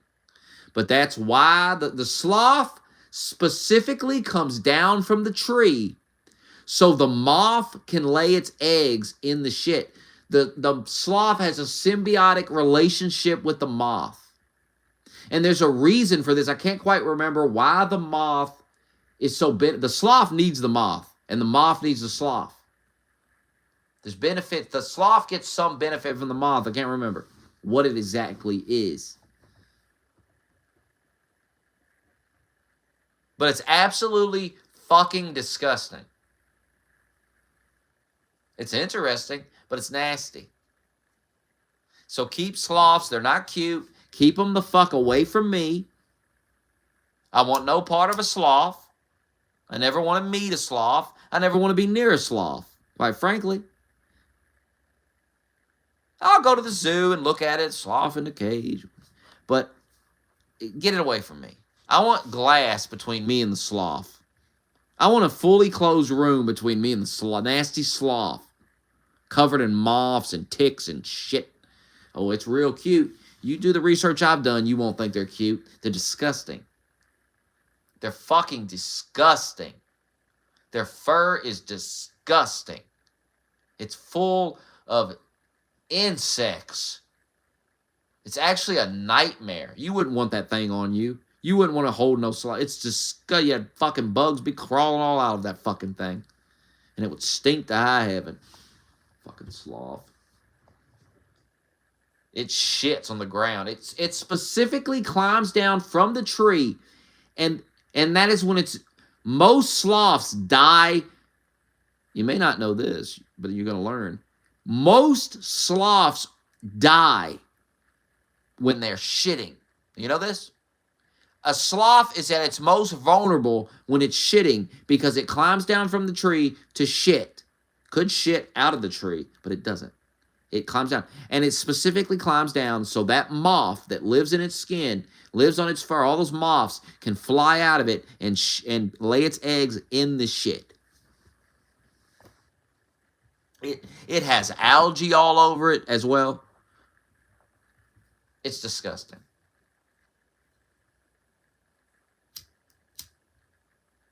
I think the moths might help clean up, clean, air quotes, clean, but in their world, it provides some benefit. I can't remember the benefit that the sloth gets, but the sloth wants the moths on it. It might eat some of them. I don't know. It might pick them off and eat it. It's fucking disgusting. It's disgusting. It's uncivilized and disgusting. And I want it nowhere near me. Keep your fucking sloth away from me.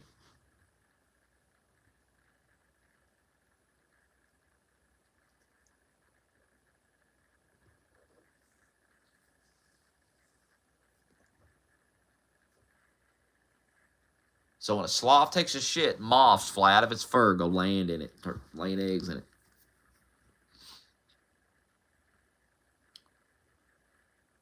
And then a lot of times, some predator comes up and kills the sloth and eats the nasty, disgusting. I bet that tastes disgusting. I'm surprised so many of them get killed. I wouldn't eat that shit. But if you're some crazed animal out in the woods, you eat everything. You eat the bugs, you eat the sloth, you eat every fucking thing. You're a wild animal. You're wild. You're wild. You got to be wild to eat a fucking sloth. Of course, there's probably some Chinese. My apologies, Chinese man. There's probably some Indian man that's fucked a sloth and ate the moths off the sloth and ate this fucking shit. They probably rubbed their fucking. I don't know what's going on in India. No offense, Indians, but what the fuck is happening over there? I seen a video of y'all rubbing cow shit all over yourselves. What is going on in India? There's probably a fucking story about there's probably people fucking the sloths. There's probably people going out in the woods. It's not just predators like tigers and shit. There are probably humans that jump on the sloth as it's shitting and just start fucking it. It's disgusting. Look this up. Please tell me this has never happened. Please tell me a man has never raped a sloth. Please. Please give me some hope in humanity that a man has never raped a sloth. I'm begging you to please tell me it's not true. But I know it is. Deep down inside, I know it's happened. And I know it wasn't some clean sloth in the zoo somewhere. It was a sloth out in the fucking forest, the rainforest. It was a sloth, a nasty sloth and it was shitting. It was because that's the only time they come down from the tree. So it was shitting. It was sitting on there shitting, and the moths were flying out. And some Indian man came up and stuck his dick in the sloth and started fucking the sloth. And the sloth was like, ah! And the sloth can't move. It's so fucking slow. This Indian guy's just fucking this fucking sloth. Moths are fucking flying all over the place. Oh my God, what the fuck is going on in India? What's wrong with the Indians?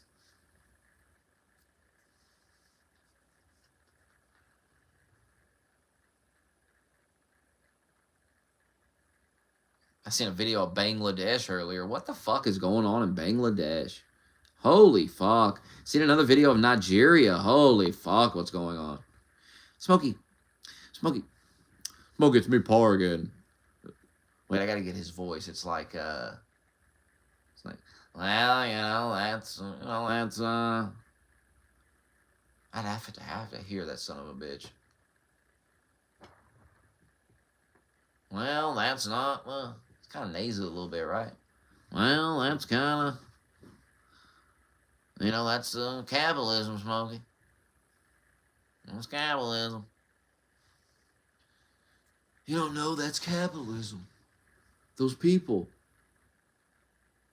Global elites have sabotaged those people. How is it Elon Musk is hoarding all the wealth, Smokey?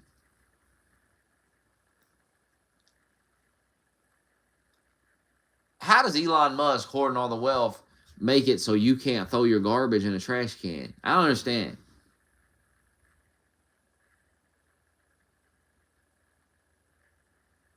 You can't figure out how to deal with garbage. Like I live, there's not garbage laying all over the streets where I live. So clearly, you can clean things up. Clearly. It doesn't have to look like that. So why does it look like that? Well, everybody's poor. Once again, you can be poor and use a trash can. It doesn't make any sense that there's garbage everywhere. What's going on? And they're like burning the garbage. It's a nightmare.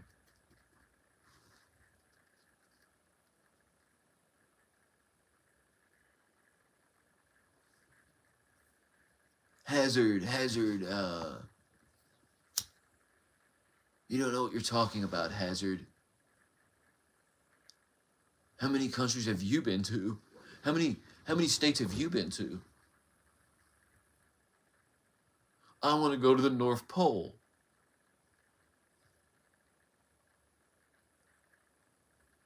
What do you guys know? You haven't seen the world.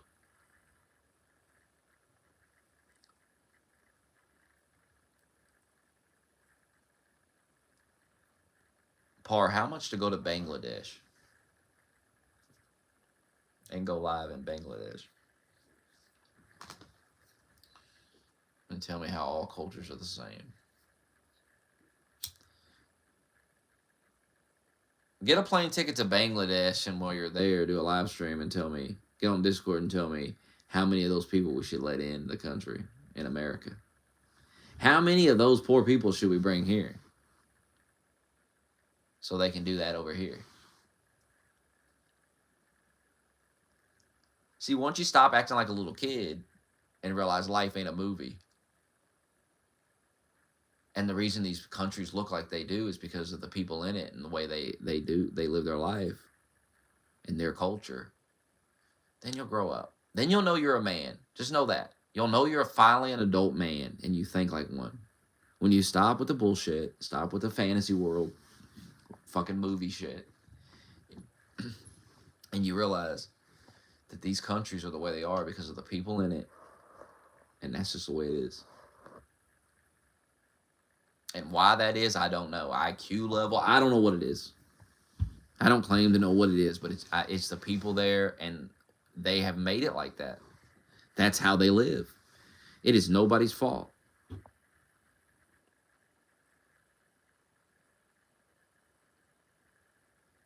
There are tons of other countries on the world besides America that don't look like that. And they're not white countries. It's not a white thing.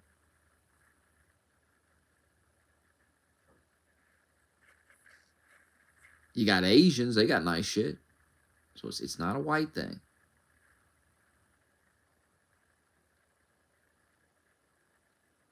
What is going on with the blacks and the Indians? And the Muslims got nice areas. Muslims got some nice places. What is going on with the blacks and the Indians? Do Indians have a nice city that we can look at? Do the blacks have one? I'm just asking. I don't know. Do the black is there a black? I'm talking a black majority black city that's nice that we can showcase here. Is there a majority Indian city that's nice that we could take a look at? You tell me. Because we know there's nice white cities. We know there's nice Asian cities. There's nice Jewish cities. I learned the other day Jewish people aren't white, even though they look white. That's how you know Jews are retarded. It's just weird, like the Jews. I seen Orange Shore arguing with one of them. He's like, "You're white. We got the same skin color. What are you talking about? We look exactly the same skin color wise." And he's like, "Well, yeah, I'm not white though." He's like, "Yes, skin color, but not race." It's like, I mean, you look white, guy. You look like a white guy. Like, if you weren't dressed up like a Jew, I wouldn't even know you was a Jew.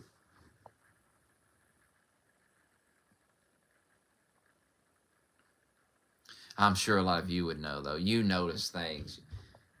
But not most things, just Jew things. You notice all the Jews. You notice every Jew around every corner, under every bed, under every pillow. But you don't notice anything else, it seems. That's weird.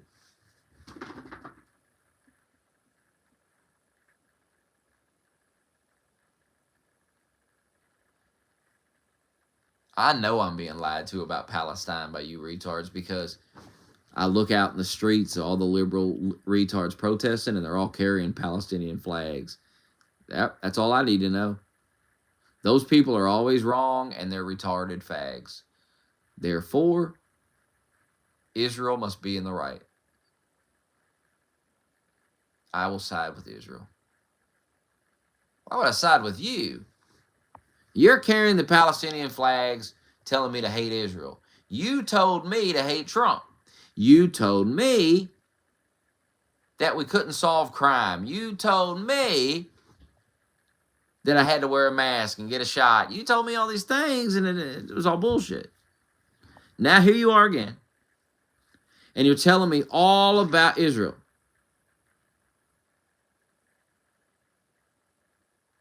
And then you're like, well, there's right-wing people that say the same things. Yeah, I do. I know that.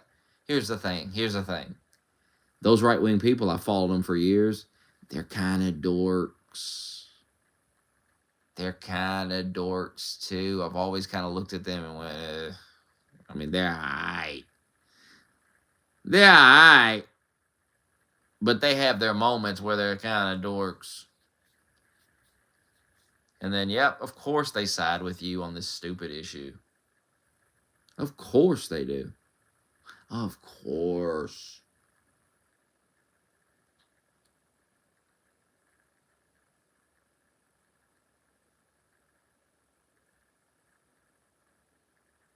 And I look around at someone I can trust, someone with some credibility that they've built over the last 8 years, and they all side with Israel. It's interesting.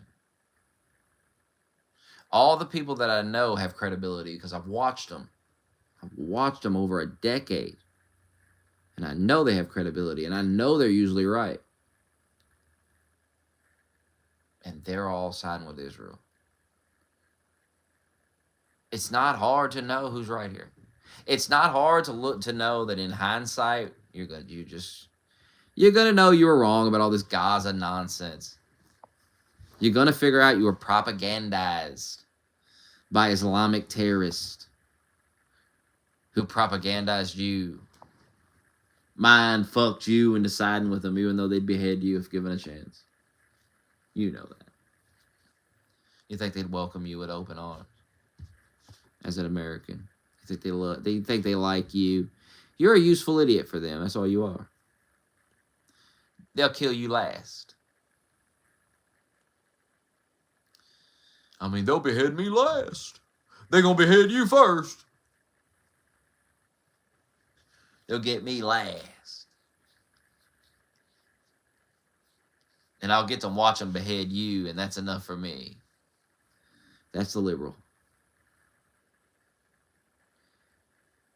What are we talking about, Anthony? We're talking about being beheaded in the street by Islamic terrorists. Horrifying, ain't it? Or maybe you're tired of being alive and you're thinking, that sounds good. Getting beheaded in a fucking... And then, everyone will be talking about you on the news. You'll be like you'll be an icon, really.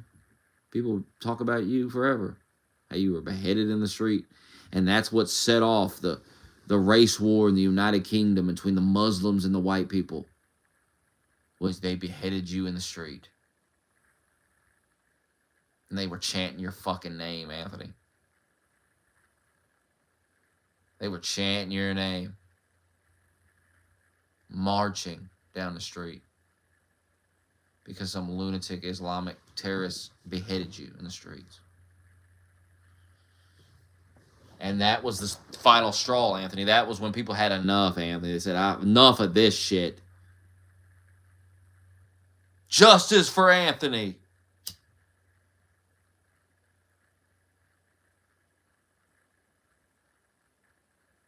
And there was war in the streets. It was all because of you. All because you got beheaded in the street.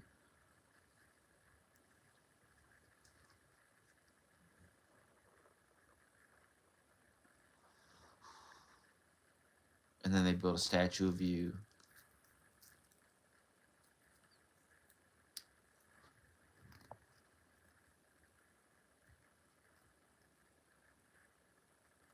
Amazing. And then they pass a bill, the Anthony Alcala bill,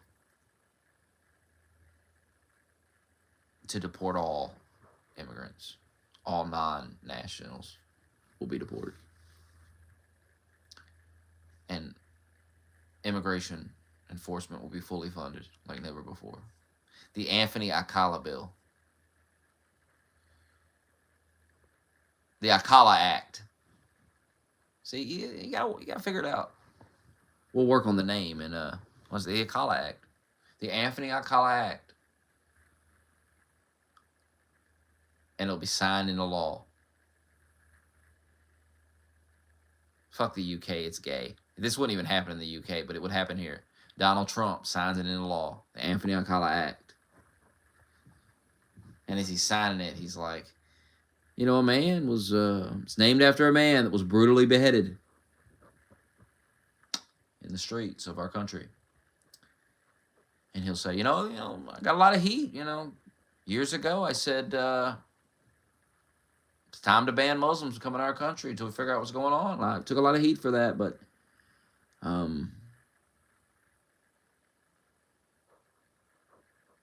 man was beheaded in the street, a great man. A great man was beheaded in our streets by a radical Islamic terrorist that shouldn't have even been in our country. He shouldn't have been, he'll be an illegal alien. He shouldn't have even been in our country. And so what we're signing today, we fought hard and to get this passed in Congress. What we're signing today, the radical liberals. I mean, they're sick. They fought us. They're sick. A man was beheaded in the streets. They're sick. They fought us, but we got it. And I'm gonna sign it and. Calls for all illegals and all immigrants to be deported. They gotta go. Anthony Alcala, a great man killed in the streets, and I won't allow it. I won't allow it to happen again.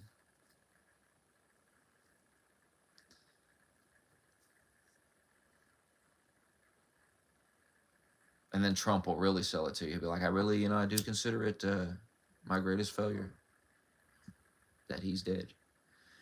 And so we're signing this bill today, and we're putting a stop to it. It'll never happen again. It'll never happen again.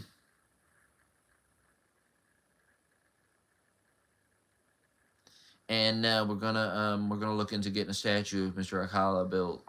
And they'll rename like the ICE facility after you, the Anthony Alcala Immigration Facility. Ron DeSantis will open up the Anthony Alcala Detention Center. Because Ron DeSantis got to like jump on, you know what I mean? He's kind of a clown, I'm starting to realize Ron DeSantis. I'm starting to see what people see. Like, it's like, and don't get me wrong, it's good what he's doing. It's good that he's doing that. But at the same time, it's kind of like, here he is kind of jumping on Trump's shit. Like, he's kind of like... Which I'd rather him do that than fight Trump on it. But it's just kind of, he's coming up with, like, fancy little nicknames for it's Alligator Alcatraz, Deportation Depot. Like, he trying to be Trump, in a way.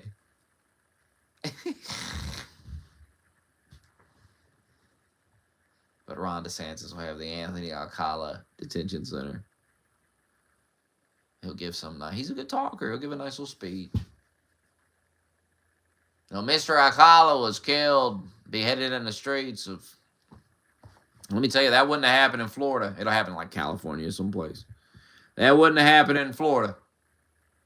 Tell you that right now. And this is why so many people in California are fleeing to Florida. This is why they're fleeing. Mr. Alcala, a veteran, was beheaded in the streets by one of these illegal Islamic terrorists, led in by Joe Biden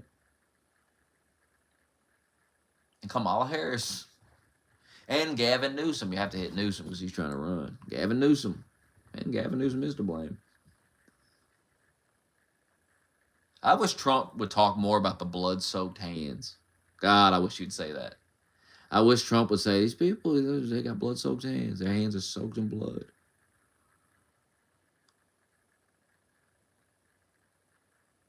So many people killed by illegals, so many people killed by crime. The Democrat Party is soaked in blood. Start saying that. I got to get that out there. The Democratic Party, the politicians, their hands are soaked in blood.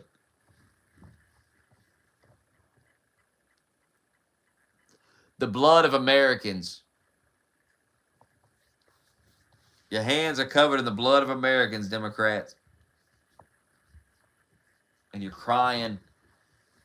With your blood-soaked hands, you're crying into those hands about some drug dealers getting fucking their ship getting blown up, their little speedboat. Like it's fucking Miami Vice. It ain't Miami Vice, motherfucker. The fuck out of here. It ain't the 80s anymore, motherfucker. Shouldn't have been shipping all that fentanyl. Shouldn't have been killing motherfuckers. Now you're getting fucked up.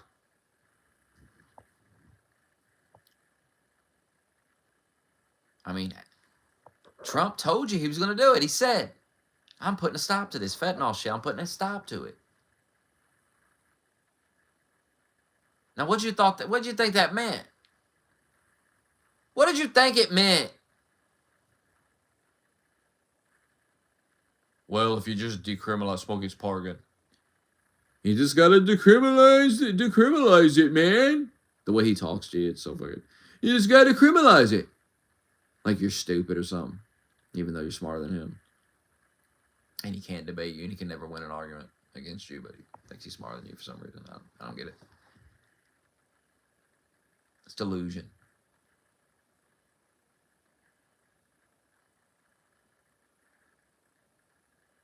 It's capitalism, Smokey. Do you understand? If you just decriminalize all the drugs. It's the dumbest argument. I used to believe these arguments too. It's funny. I used to believe them. I used to just buy them, and now I hear them, and I just think it's so dumb. It's the dumbest thing, and I can pick it apart in seconds. It's the weirdest shit. I used to believe it. I used to buy into it, but now I can just pick it apart. It's like, if you decriminalize, it doesn't even make sense. Something I used to believe wholeheartedly, 100%. Now I realize it makes no sense because I thought about it for 5 seconds. I realized I never really thought about these things. I was too busy thinking about the conservatives and what they're doing and overthinking all their policies and everything. And I never thought to think about this stupid bullshit that I believed. And when you think about it, when you take 5 minutes to think about it, I seen it on Twitter today. If some libertarian guy, if you don't have to blow up the drug dealers, if you just decriminalize drugs, then the cartels will go out of business. No, they won't. No, they won't. They'll keep shipping in drugs, and we'll have more fucking drug addicts everywhere. We've tried that. There are cities that have tried that in this country, and they're fucking crime-ridden drug shitholes. Fucking drug addicts lying all over the sidewalk and shit. It's a nightmare. Crime everywhere. Decriminalize drugs is not going to get... Let me tell you something. We don't need to decriminalize heroin and meth. We don't need people doing meth and fucking heroin. Well, you have Smokey. Our soldiers died for our right to die of fucking heroin. Smokey, our soldiers died for us to have the freedom, for me to have the freedom to die of a fentanyl overdose. And how dare you step all over this Constitution and the Bill of Rights? You better check yourself and realize this is America. And we have the freedom. I have the right as an American to get high on fentanyl and die. To overdose on fentanyl. I have a right as an American to do heroin till I die. To smoke meth till I die. That is my right. And our soldiers died on the beaches of Normandy to give us that right. Sorry, man, but I don't buy that shit. You sound retarded. The soldiers did not die so I could put a little dress on and shit in the Target bathroom. The soldiers did not die so we could have crime everywhere. So you could have the right to carjack somebody. The soldiers did not die for your right to do fentanyl on the side of the road in a tent. Nobody fought for that right. Nobody asked for that right. Nobody wants that right. I'm giving up that right. Donald Trump, please take away my freedom to do fentanyl in a tent on the sidewalk outside of somebody's business. I hereby give up that freedom. Donald Trump, take it. Government, take it. While you're at it, government, go ahead and take my right to go to the Target in a little tight dress with no panties on, with my dick and balls flopping around, and shit in the women's bathroom. Please, government, take away that right. I don't want it. I don't want it. Some rights I don't want. That's what I've realized. I've realized there are some freedoms I don't want to have. I have no use for those freedoms. And in fact, those freedoms are no freedoms at all. They're actually a burden to society. They're actually like a prison. We're in a prison where we have to deal with you in your little dress with your dick and balls flopping, no panties in the women's bathroom, flopping around, walking around, fucking in a little tight dress with your dick print and everything. We have to deal. We gotta wait. It's ma'am. It's ma'am. Little GameStop guy feels threatened. We're in a prison. We're not free. This is not freedom. So we give up those freedoms so we can have actual freedom. The freedom to be away from you. The freedom to be away from you and your madness and your mental illness and your fucking problems. I didn't sign up for your problems. I didn't sign up to deal with your mental illness. I didn't sign up to play along in your sexual fantasies in public. Didn't sign up for it. I didn't sign up to be murdered by gangs. I didn't sign up to be robbed. So I give up the freedom to rob and kill and steal and fucking rape and whatever else fucking freedoms you guys are fighting for. It seems the only freedoms you fight for are horrible things. People should have a right to rape and carjack. How dare Donald Trump? How dare Donald Trump send the National Guard in to stop the carjackings, to stop the rapes and murders? How dare you? You have to understand, there's a bunch of black people that think they control the sidewalk. They think they control the block, the neighborhood. They walk around, they patrol it like they're police. And the only solution is to send in the National Guard, to send in the actual authority and show these motherfuckers you actually don't control this block at all. You don't control any of this. Go home. Clean, and it doesn't take long. Bukele, he showed you how to do it. He cleaned the whole country up, locked them all up. It's very simple. Take thug trash and lock it up. And don't ever let him out. I don't care if he's in the prison reading the fucking Bible, teaching Bible study. He can stay in prison and he can teach Bible study, and he can accept it because he killed somebody. Because he took, back when he was 16 years old, him and his friend, because of capitalism, they were poor and they were in poverty and they wanted to become like Metallica and start a heavy metal duo, the greatest heavy metal duo you ever seen. But they sucked. And they realized they sucked. So they came up with a plan. And the plan was to take a teenage girl that they knew at school and take her out in the woods and sacrifice her to Satan. And after the sacrifice to Satan, this is how you know you don't serve Satan, because they sacrificed a woman, a teenager, to Satan. Teenage girl to Satan. And you know what they got for it? Put in prison for the rest of her life. So that lets you know right there, don't go along with Satan. Satan ain't giving you nothing good. Nothing good coming from Satan. Sacrifices to Satan, you just sacrifice yourself. Now you're sitting in prison. And you have to, and I know you were 16 years old when you did it. Too bad. Too bad, guy. You get to stay in prison for the rest of your life. And we're being humane. We actually ought to take you out back and shoot you in the fucking head. That's what we ought to do. If I was president, you'd be executed on the White House lawn. and we'd be done with this. And then I'd hold a press conference, and when stupid fag journalists stood up, I would just constantly keep repeating what you did to that girl. And I would lecture and chastise the journalist like Trump does, and I would say, "You're sick. You're sick." That's the right reaction to have to that type of shit. Trump has the right reaction, which is like, "What is wrong with you, sick son of a bitch? Who has all this sympathy for some piece of shit that killed some woman in the woods? Who has sympathy for this? Who feels sorry? Yes, I just took a gun and shot him. You just watched me execute him on the White House lawn. I know that's crazy. I know you never seen nothing like that. But, I mean, do you really give a shit about this guy? I'm doing you a favor. You didn't have the balls to shoot this fucking guy, so I did it. I shot him. I got rid of this guy. This guy is trash. Smokey, he was just a kid. You know, I was a kid, and I never sacrificed a girl in the woods. It never happened. I never did that. It never even crossed my mind to sacrifice a girl from school in the woods to Satan. I never thought about it. I never carjacked anybody.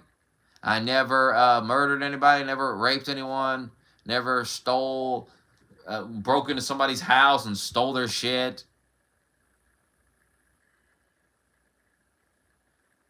Smokey, it's me, Park, and you can't just kill people. Smokey, if they're in your house, you can't kill them. Look, if they're in your house at 3 a.m., you can't kill them. That's crazy, Smokey. What do you think? You could just kill a guy? If you get up in the middle of the night and there's a guy walking around your house, Smokey, you can't just kill that guy. You can't just grab a knife and stab him like it's a horror movie, Smokey. You got to calm down and call the police and lock yourself in another room as he beats on the door like Jack Nicholson from The Shining. You've got to go in there like a groveling woman and get on the phone and dial 911 and say, "Please help me, God." You can't grab that giant knife and stab him in the chest with it. You can't do this. You can't do this to this guy that's in your house at 3 o'clock in the morning prancing around in a little black dress. You can't do this. If you get up, you see that guy from Canada? The police chief, he was like, if someone breaks into your house, just comply with them. Just comply with them. Like, what the fuck? That's a good way to get tied up and butt fucked. That's what that is. I'm fighting him. I'm coming at him full force. I'm taking the adrenaline rush I'm going to get by seeing that guy in the middle of the night. And I'm charging full force, full adrenaline flowing. Your adrenaline going to ramp up immediately when you see that guy. And I'm hitting him. Whatever's nearby, whatever I can grab, I'm hitting him with it. He's getting bashed in the head with everything imaginable. He came to steal the PS5. Now he's getting beaten with it. He's getting cracked upside because he's going to have it in his hand trying to climb out the window. I grab him. I grab that PS5. And I'm not grabbing the PS5 to go plug it back in. I'm hitting him with it. You're getting beat to death with it. You're going to get beat to death with a PlayStation. And you have no business being here. You lunatic. I'll show you, lunatic. I'll beat you to death with a fucking PlayStation.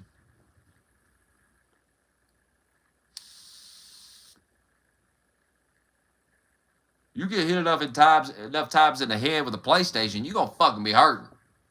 It's a heavy son of a bitch. Go pick it up sometime. Imagine just getting fucking whapped right upside your face with that goddamn thing. As hard as somebody can hit you with it. It's fucking bah! This idea that you're supposed to comply with somebody that's in your house at 3 o'clock in the morning is insane. It's insane. Someone breaks in your house and they're like, don't do anything. Like, what the fuck? Comply?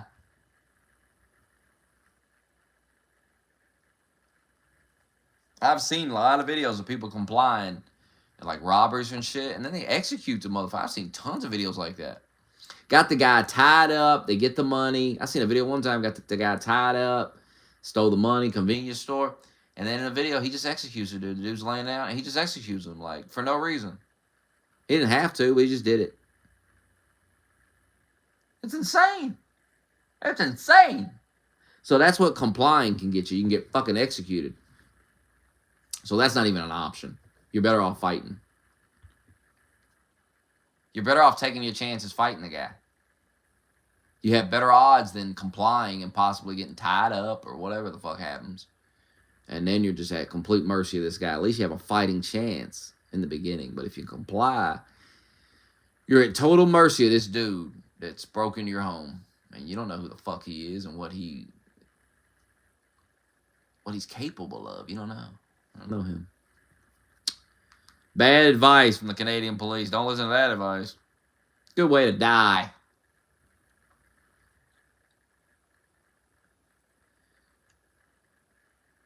I'm not saying execute him. I'm saying, first of all, I think you should be able to shoot the son of a bitch if he's in your house. If you have a gun, you should be able to fire in his direction. That makes no sense that you can't. This idea that you're supposed to fire a warning shot, what if he has a gun? You fire a warning shot and he fires and shoots you, kills you. That's the reality of the situation. Nobody cares about the law. This is way... You have to understand something. This is way past law. This is real life, in the moment type of shit. Your life is on the line.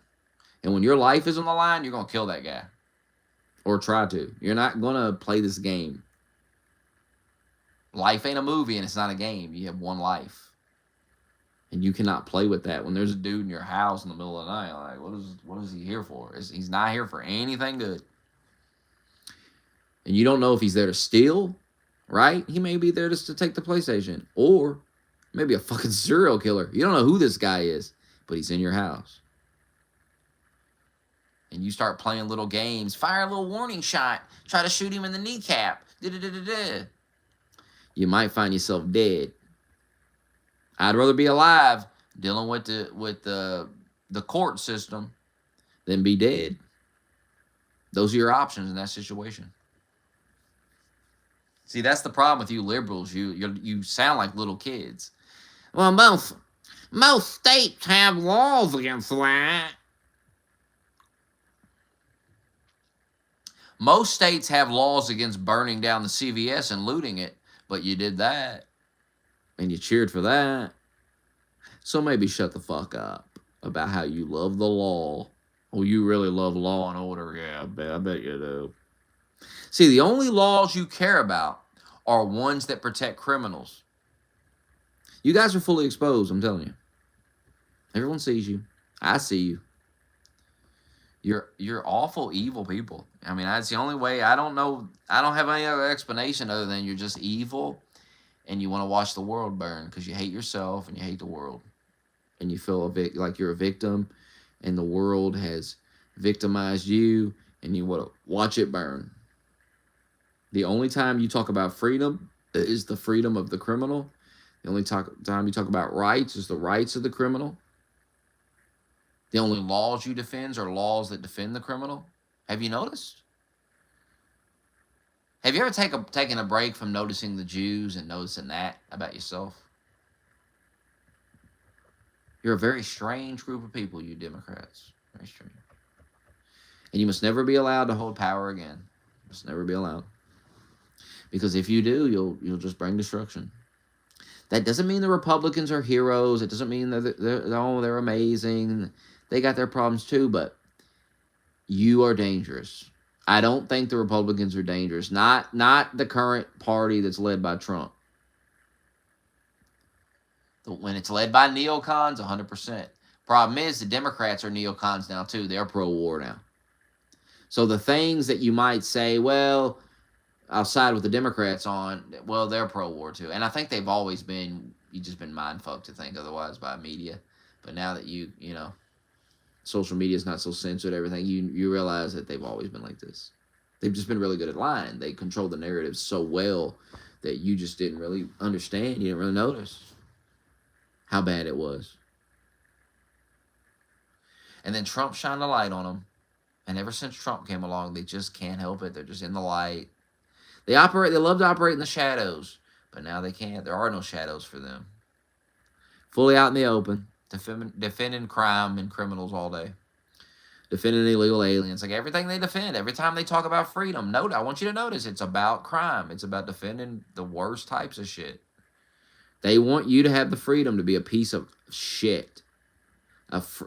But not the freedom to say offensive things. No, no, no. But you can do offensive acts. You can't say offensive things, but you can do offensive things. Weird. Fucking weird ass fucking people. The more you sit and think about it, the weirder it becomes. What the fuck is wrong with these people? I've been thinking about it for years, and I still find myself thinking about new things. Realizing new things about them that I never realized before. Like, what the fuck is wrong with them? They're getting worse, man. Wait till they really start getting violent. You ain't seen nothing yet. There are no other options for the liberal. And as time goes on and as Trump becomes more and more successful, and disregard these job numbers because it's nothing. We are in a period right now where we're coming out of Biden and there are changes being made to set us up for the future. You got to trust Trump. I told you, give Trump 4 years. Give this man a chance. Stop. Do not spend this 4 years playing along with the liberal bullshit and trying to kneecap Trump. Let Trump loose. Like Hogan said, let Trumpomania run wild. Let it run wild. And whatever happens, happens. We dealt with Biden. We let liberals run wild for 4 years. Now it's time to let Trump run wild. What have you got to lose? Prices are already through the roof. You're already losing your freedom to the liberal. The liberal wants to take away your freedom of speech, your right to own guns. The liberal wants to make it so you can't ever own a home or a car or anything. The liberal wants to take your entire future away and sell it out to the third world fucking lunatics, degenerates who rape monitor lizards.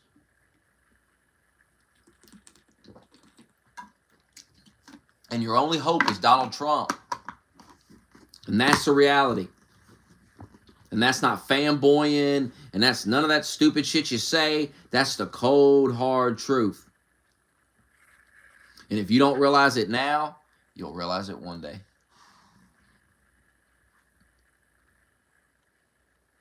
And you better hope you don't realize it too late. You have one shot at this. You have to win the midterms. You have to elect J.D. Vance in 2028. You have to destroy the Democratic Party.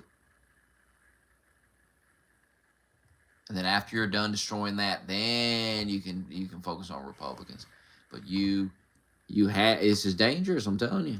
You have a real dangerous group of people here. And they want power bad, and they're willing to do anything it takes to get it.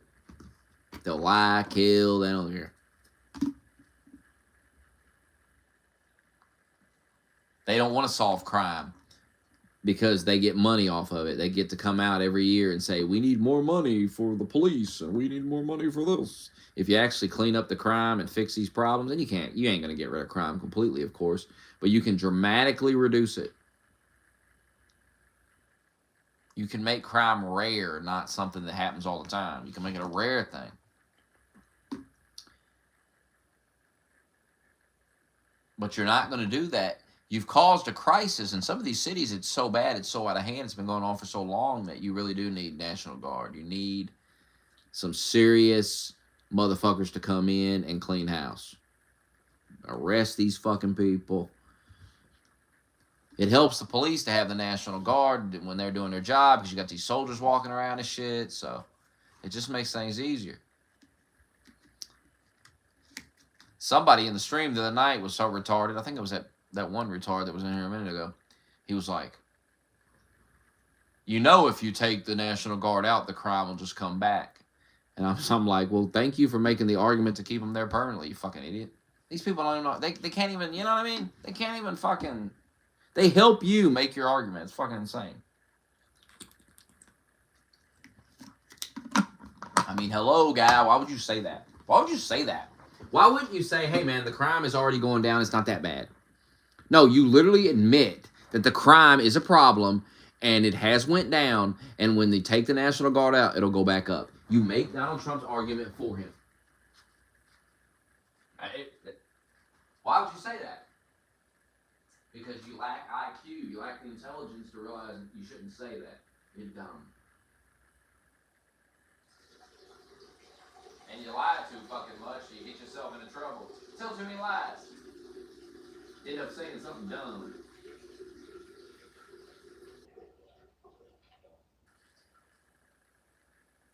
What a mess you are. What an absolute mess you are. God help you. God help you. Sad sacks of shit. I'm telling you.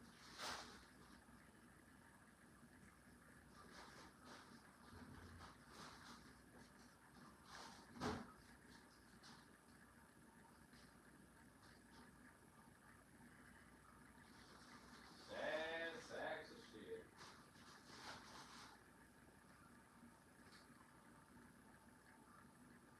Unbelievable.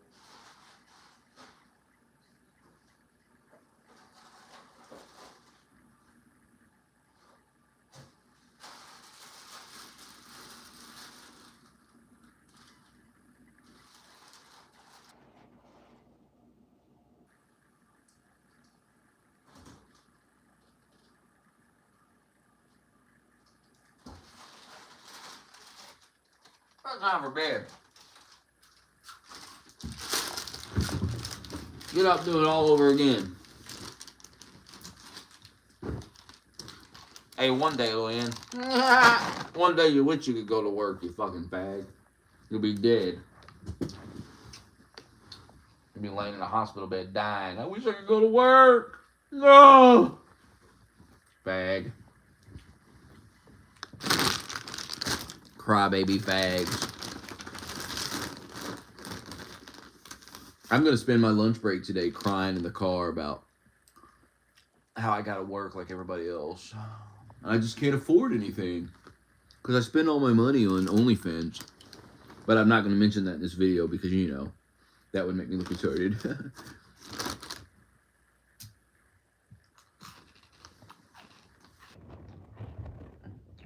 I know. I mean, I just know these people, man, because I listen to what they say. You can learn a lot about how people argue. What, poor people don't deserve a little treat? That's their mindset. That's why they're poor. And it's fine.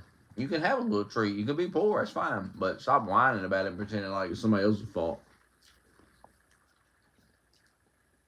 If you don't want to be poor anymore, maybe stop going out and buying little treats. Stop going out and buying little Starbucks. Stop buying drugs. Stop getting some alcohol on a Friday and getting drunk so you can party or whatever. Maybe stop doing all that shit and just start saving all that money and only buying the absolute necessities. Maybe go through all your monthly bills and cancel the Netflix. Cancel all these things. Why? Because you're tired of being broke and you want to change your life. I mean, what the fuck? Isn't that a better solution than crying on fucking TikTok about it? And begging the government to take Elon Musk's money? I mean, how's that going to solve your problems? You people are retarded. And listening to you try to tell me I'm retarded is the funniest shit. Because I see you as fucking brain dead idiots. And I'm poor, but I don't act like you. Because I know I'm poor because of my choices in life. Not because of anybody else. Not because of billionaires. And I know that if the government took all the billionaires in the world's money, it would not improve my life at all. Not one bit. In any way, shape, or form would it improve my life. In fact, I know it would make my life worse. I know that. I don't care if you would disagree. I don't give a shit because I know it's true. I know what reality is. I know you're not in touch with it, but I am.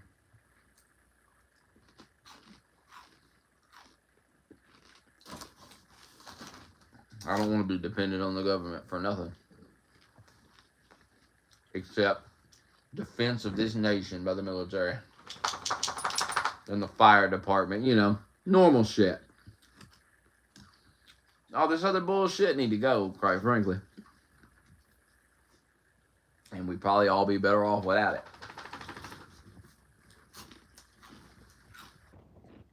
But some people got so used to having it, I'm like, oh my God, you can't take it away. You can't take it away. Quack. There we go. Quack. Anyway, I'm going to bed. Research the sloth. And God, what will you be crying about when I wake up? My God. Trump's going to Chicago this week 100%. He's going in. Actually, he says he's going into Portland next. Oh, my God. Clean that dump. If he can clean Portland up, my God. If he can, you got to get San Francisco. I mean, there's so much cleaning need to be done.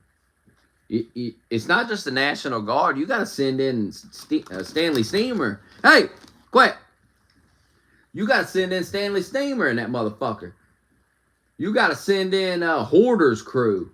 Those crews off Hoarders. You can send them in. That's what they ought to do. Clean all the crime up. Get the crime to a respectable level. You know, not out of hand. And then get a TV show going. Send in a crew of Hoarders. And it's not about a house or anything. It's about a whole city. And they walk around and show the people these cities and what they look like. That's what they need to do next. After you get the crime, you deal with the crime. And it's time. Because Trump said in D.C., he's like, we're going to go in, redo all the grass. He's trying to fix all that shit. I love how we're supposed to believe a guy like Trump doesn't. They were talking about that thing he did in the Rose Garden with the patio he built and everything.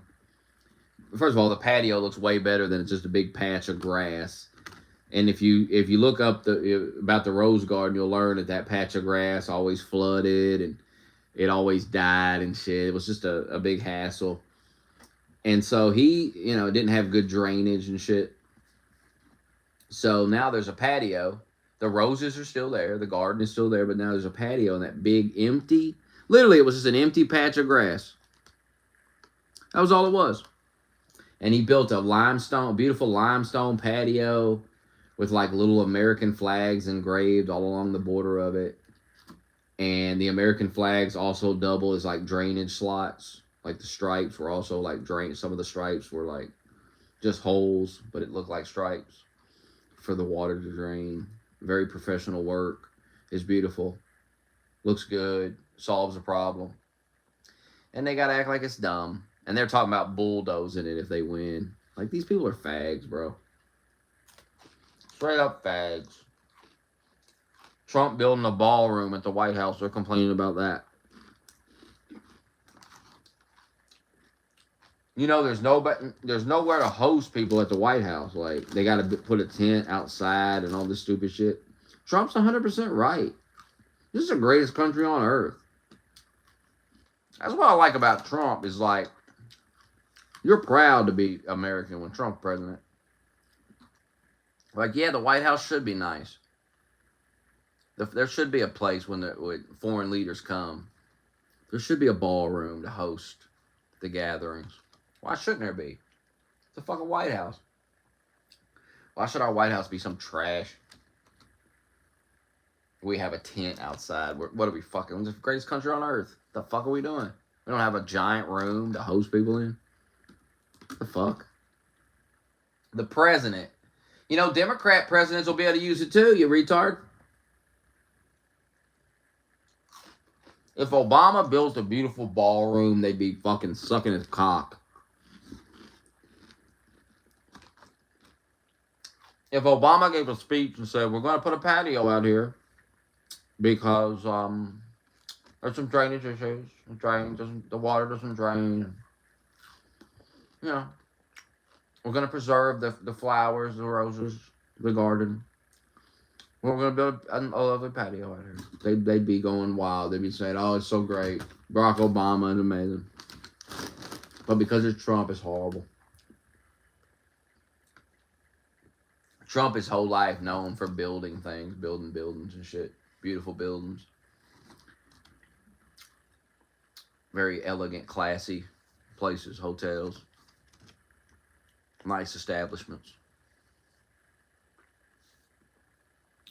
And then they gotta act like he don't know what he's doing at the fucking White House. Go sit down. See how he put all that gold and shit everywhere inside the Oval Office? It look clean. Look classy. Look expensive. Why should the Oval Office... Democrats had the Oval Office all plain looking and shit. Democrats love to make shit just look kind of ghetto and poor. They're into that shit. Trump's into looking rich. Shit, the White House should look fucking like a rich, expensive shit. It's a White House. It is expensive. Put some gold in there. I'd love to see him put like gold. Put some gold outside. Really drive him crazy. Add some gold to the outside. Like the pillars and shit. Make some of them gold. That'd be sick.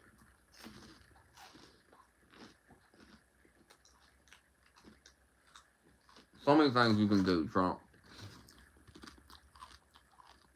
So many things you can do. He ain't my daddy. He might be your daddy. He ain't my daddy dead. He is my president, though.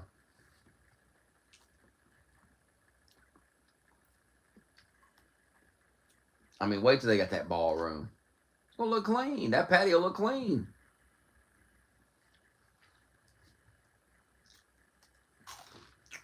What are you mad about? Oh my God.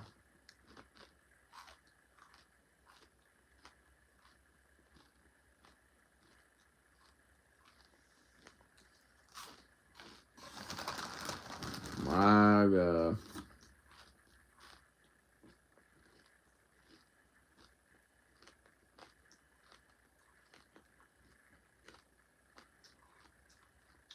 You know, when if a Democrat wins, they're gonna go in there and take all that gold shit down. No, well, they always redesign the Oval Office, but Democrats will like campaign on bulldozing that ballroom and that patio, but then when they win, they won't do either of them, and they'll be saying it's actually a good thing. That's what they do. They do shit like that. They'll do that 100%. And all the voters will just go, yeah, you know, it's okay. It looks fine, actually. Because all the influencers will... This is how you know these people are NPCs. Like, they don't think for themselves at all. All the influencers just tell them, well, it's actually a good thing. And then they'll all just go, oh, yeah, it is. It's a good thing. It's a good thing, actually. And then when you bring up how they used to hate on it, they'll just pretend they never did. It's great being a liberal. You just get to pretend all the time. You just play pretend. You're just like, actually, that didn't happen. And no matter how many videos, no matter how much proof you got that it 100% happened, even though you didn't need proof because we all lived it, doesn't matter. Doesn't matter. They could say one thing yesterday and the next day say a different thing. Doesn't matter. They have no shame. When you have no shame as a human being, you can do anything. That's why they can prance around in little dresses in the mall, shit in the Target. That's why. They don't... The liberal is incapable of shame. The liberal is accept with death. The liberal is miserable. The liberal loves crime and criminals and evil shit. Because the liberal hates the world and wants to see it burn. The liberal hates the normal person that likes going to work. Well, nobody likes going to work, but you get what I'm saying. Nobody, you know, the liberal can't stand that normal person that works and comes home and he's just content with life and he's not miserable. So the liberal wants to have crime. I finally figured it out. The liberal wants to have crime to torture the normal man. To drive him to, you know, to possibly kill him. It's their way to get back. Because they feel like, you know, they got fucked over in life somehow. Life ain't going the way they wanted it to, and they've been fucked over. And you're walking around like everything's fine. Like they're looking around and they're like, my God, this is a nightmare world. Because they have to work. And all this shit. Not because there's lunatics everywhere. They're a lunatic, so they don't mind that. But and if somebody stabbed them on the neck on a bus, they'd actually rejoice. They'd be happy to die. So they hate their life. They're just too cowardly to kill themselves. Some are. Some got the balls. So they got the balls to do it, but most of them are too cowardly to do it. So, the crime drives you crazy, makes your life a living hell. The criminals steal from the businesses, the corporations, which they hate the corporations. They hate rich people, so it costs them money. And you might lose your job because the stealing might get so bad they shut the store down. So that fucks you over, you see.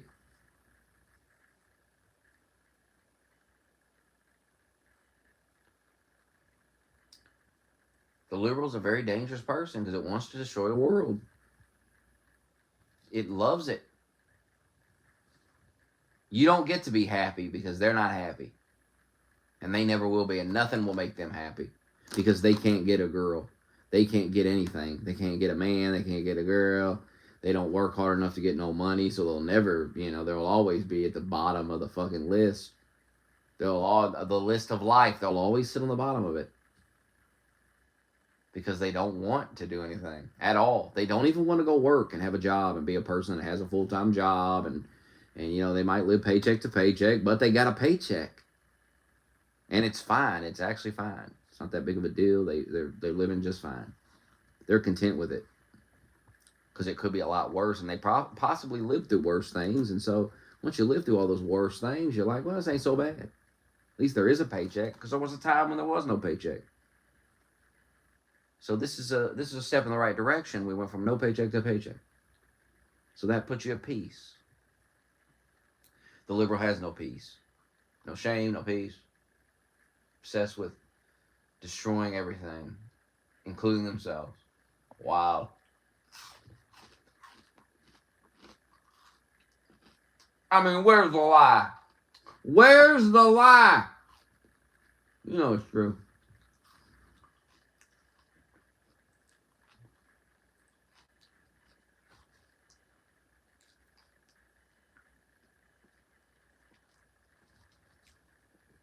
And when they see how the illegal aliens live in these countries, they know these countries are horrible. They would never go there. They would never go live there and stuff. Some of them do travel there, but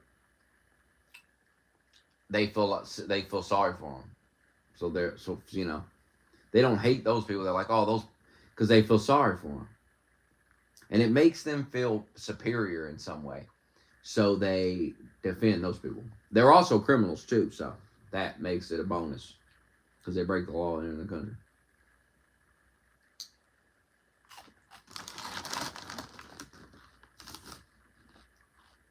But that makes them feel superior, and it's kind of like, it's like, think about it. It's like you're kind of a popular guy or whatever, so when you go to the club, there's like an exclusive club, and they let you in at the door. They just let you right in. But your friend, they don't let him in. They don't like him. But when your friend, when the friend is with you, he gets to come in too because he's with you. So that's what the liberal feels about the illegal alien. The liberal is in a great exclusive club called America. And that's really the only thing the liberal has going for it, is that it lives in America. So the liberal takes the illegal alien and it's like, hey, come on in, buddy. I'm such a good person. Oh, look, I'm letting you in the club. Now, remember to vote for me. I let you in the club. What the dumbass liberal doesn't understand, though, is that once the illegal gets in the club, they're going to murder everyone in the club and take over the club and turn it into a mosque. That's what the liberal doesn't seem to understand. The Indian is going to shit all over the club and throw garbage all over.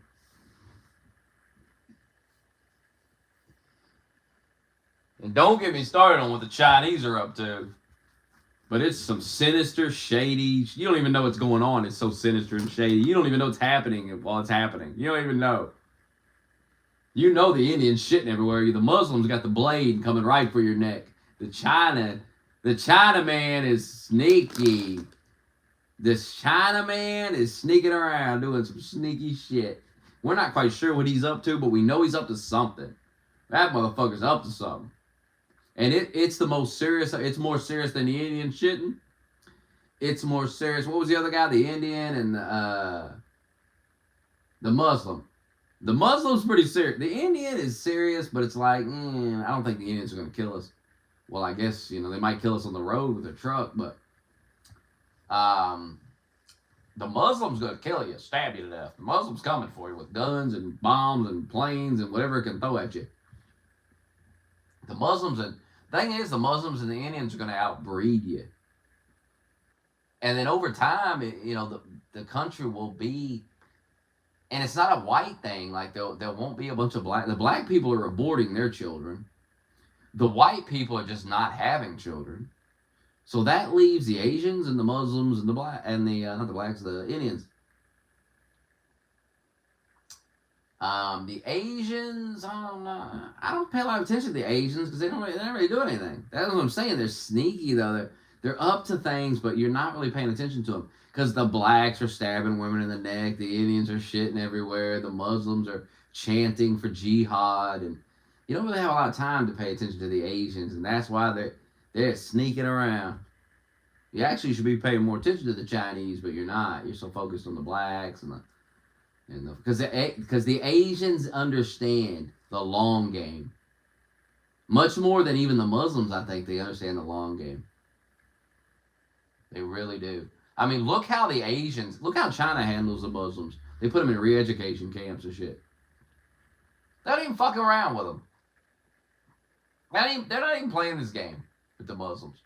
So I feel like the Asians can handle the Muslims. So they're not really worried about them. I mean, the Asians really don't put up with anything. They're screaming the N-word at the blacks. They're fucking re-educating the Muslims, putting them in concentration camps. It's wild. You think about the Asians, the Chinese, fucking insane. There's like 1 billion of them. They're fucking insane. And they're a threat. They're a serious threat. I mean, I just told you the Muslims can't think about this. Muslims go all over the world causing havoc. Look at Europe. Look at what's going on in Europe. The Muslims show up in China, immediately get put in re-education camps and shit. China just immediately says, ain't dealing with that bullshit. Nice try, motherfucker. But we don't play diversity here in China. Ain't no diversity here, motherfucker. You better get serious.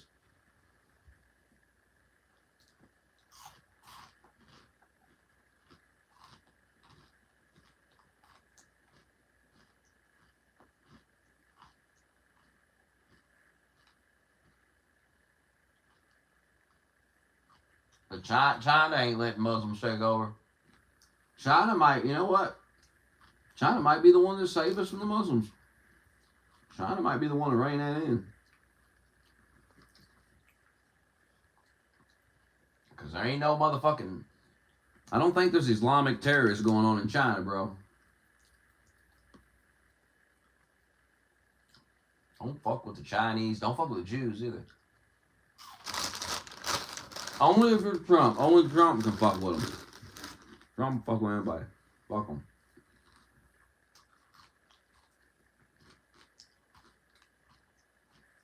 You know when Trump's out of office, man, they're going to come at him hard again. That's why he going so hard now. Fuck it. There's really nothing to lose, man. Because they're going to come after him when he's out of office. That's why you got to let J.D. Vance. They'll put Trump's old ass in prison. I'm telling you, if they get back into power, they're going to go fucking insane. The things they're going to do is going to be insane. Which is why I don't think they'll win, because I think the rhetoric will be so over the top by then that there's no way people's voting for that shit. The things they'll be saying they're going to do. Especially if you got like AI and people losing their jobs and there's serious things going on. And the Democrats are screaming about Trump and screaming about fascism and screaming about fucking the Rose Garden patio. And, you know, just imagine this. Just imagine AI has advanced and people, you know, Amazon, let's say Amazon and UPS and all these places like that guy said in that video I watched earlier. 100% of the jobs go AI, go robotic.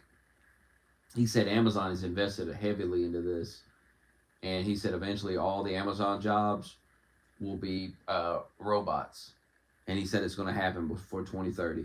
All right, so we go into a presidential election, and we've got all these jobs going away because AI has got such this advanced level where now it's really starting to, because the AI is helping them design the robots. Like, this is where this is going,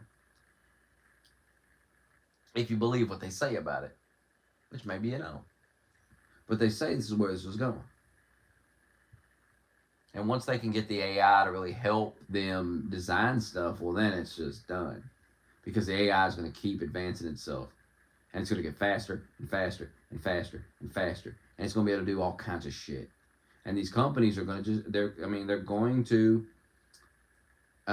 use this stuff, and and they're going to get rid of workers, and they're going to make more money, and the products that you buy are going to be cheaper because they're going to be able to sell them cheaper.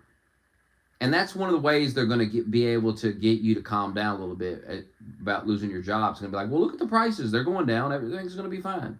We'll give you some UBI. Give you a little UBI from the government. Just relax while we figure this out. We'll give you some UBI. And the prices are going down, so the UBI is gonna work more for you, because the prices are going down because we don't have to pay workers. Of course, the prices ain't going to go down as cheap as they could go down, because they got to make money. They got to make a profit, and they want to make a big profit.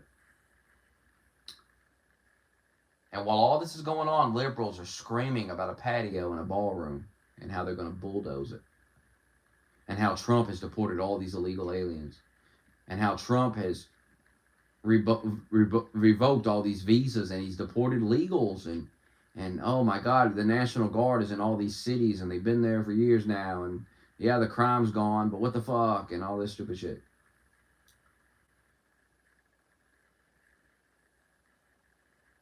I just don't think it's going to work. I just think they're going to lose bad. And it's so obvious that's going to be what it's going to be.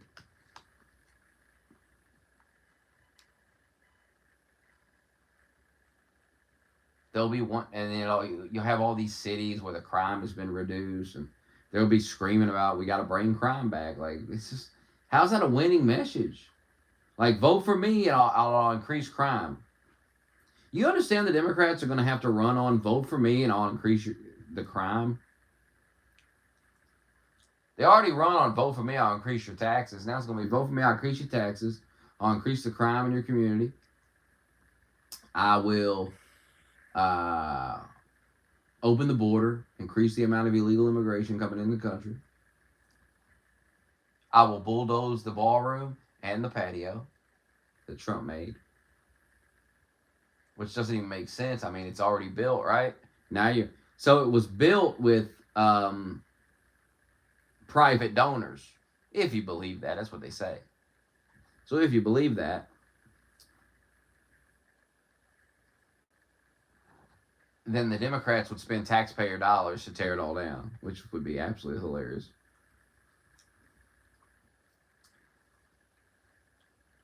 I mean, that's the 2028 message, man. That's the midterm elections. We'll tear the ballroom down. We'll impeach Trump. We'll tear the ballroom down.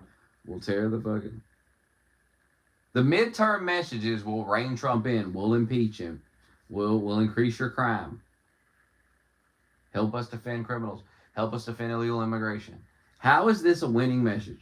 I'm all ears if somebody can explain this to me. How is this a winning message? It's not. They're going to lose so badly. I know you're getting astroturfed and gaslit really hard about it, and you're having doubts, but I'm not. Because I know all these people do is astroturf and lie. I've done witnessed them do it. I witnessed them do it all last year. I never bought it for 1 second. I never doubt Trump. I never thought Kamala had a chance. Not once did I worry about Kamala winning.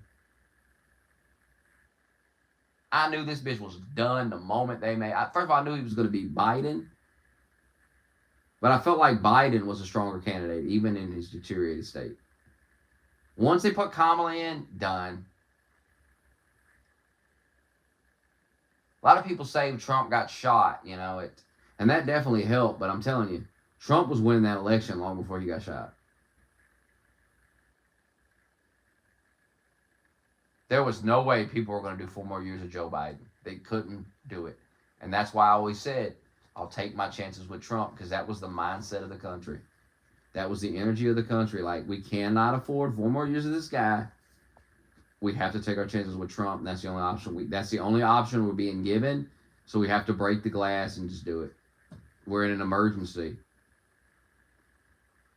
This man is going to literally destroy the entire country. I mean, the prices are going up. The fucking war bullshit. He keeps escalating with Russia. I mean, this guy's... And it's not like Trump, who you know is going to be very hesitant to send a bunch of ground troops into some conflict or whatever. With a guy like Biden, he's just a typical Democrat guy. He's sending them in. He's sending them right in, don't give a fuck about your fucking protest, your crime, none of it. They're going right in. He doesn't care. You're disposable to him. Because he's just, he's a typical politician guy, typical president.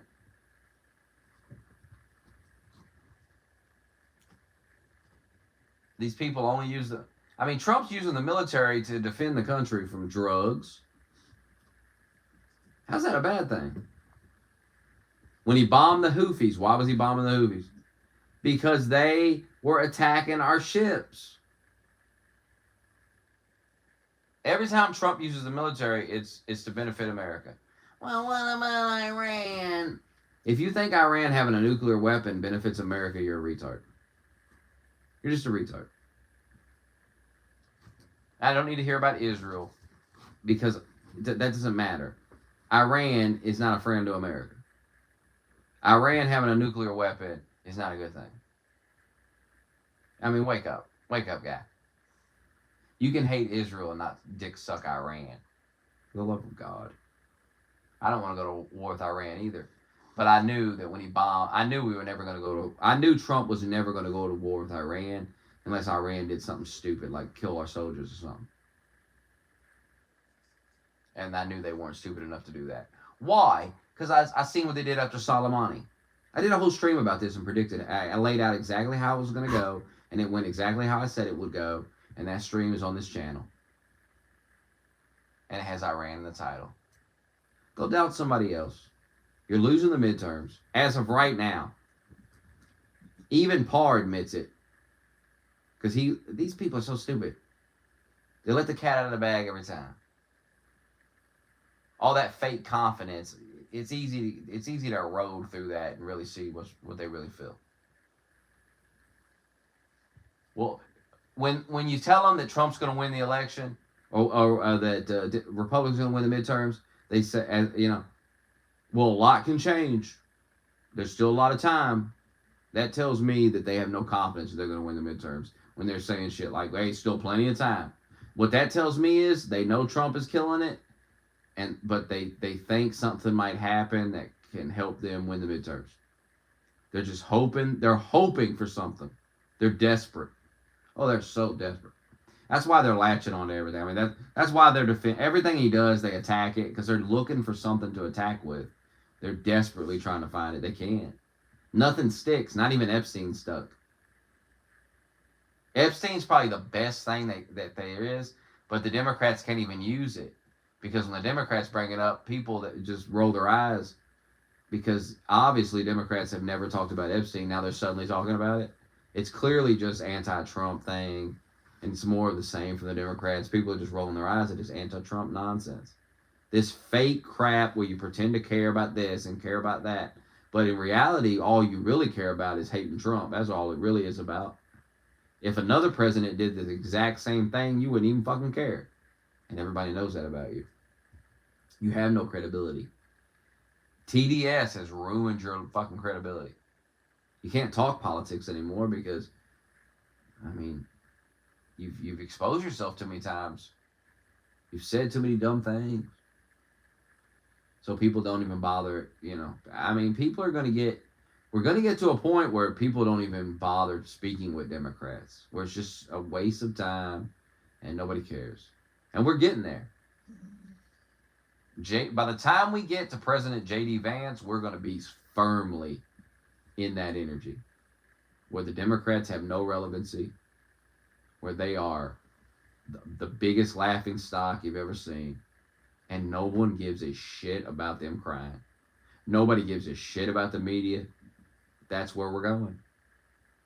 That's why JD Vance gets it. JD Vance understands where we're heading. And that's why he said nobody gives a shit what you call things. Because this country is done with people like Brian fucking Krasistan and his brother.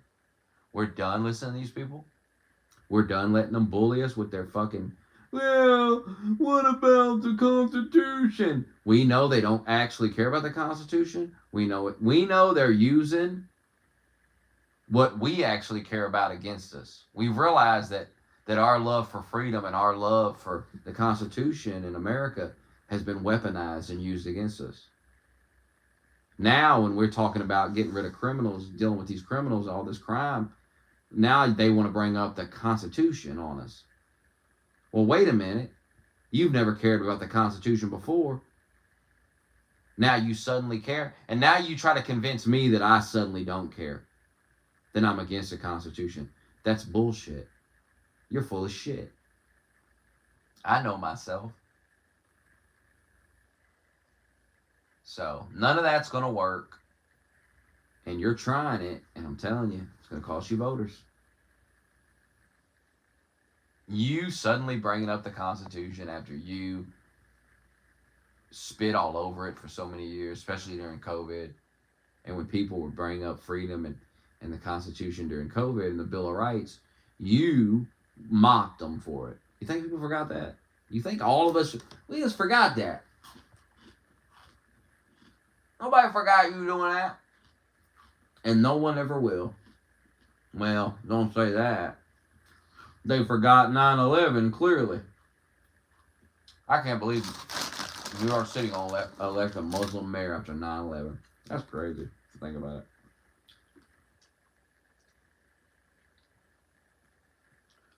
When New York City becomes an Islamic city, man, that's gonna be something to see, ain't it? You'll be an old man, and you'll be looking at the TV. Well, maybe not you. I'll be an old man, and I'll say, they said, I'll be in a nursing home, and I'll get worked up about it. I'll say, they said never forget. They said never forget. Sir, sit down, sir. Sit down, sir. They told us never forget. They forgot. The fuck is this? By then, I'm like old and senile. I'm screaming Islamic slurs. I'm screaming these racial slurs about Islam at the TV. And they're like, sir. And they have to sedate me. I'm unhinged. Because they turned the World Trade Center into a mosque. They're down there at the 9/11 memorial doing it with the prayer rugs out and shit. And I'm snapping the nursing home. I'm falling out of the wheelchair. I'm trying to stand up. I'm screaming about 9/11. I'm screaming slurs. I'm unhinged. I'm 80. I'm unhinged.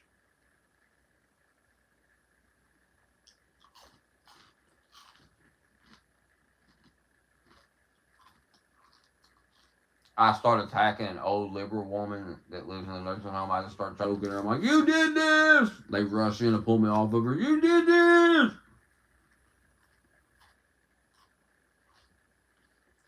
They're digging up Donald Trump's grave. They got him hanging off a lamppost in downtown Chicago.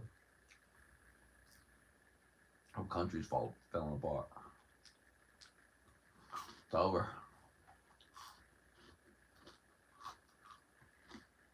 Nicholas Flint has become president and executes me for calling him Little Nick. He starts executing all the haters. And rules over us with a gay fist, a gay iron fist, a closeted gay fist with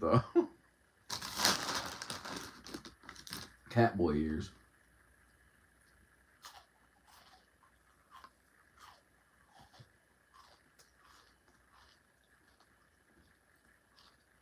Drags Ben Shapiro, like 90 years old. He drags him out in the White House lawn, kills him.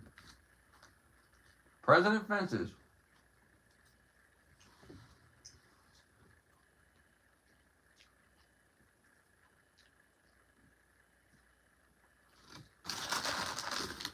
Hey, stranger things have happened.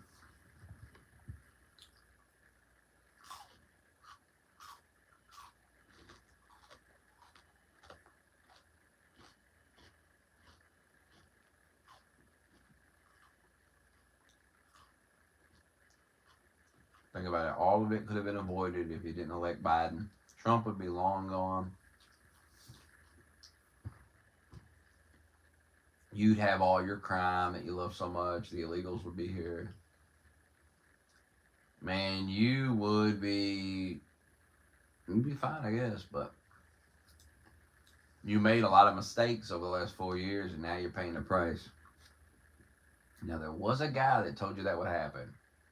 Somehow he got banned, though.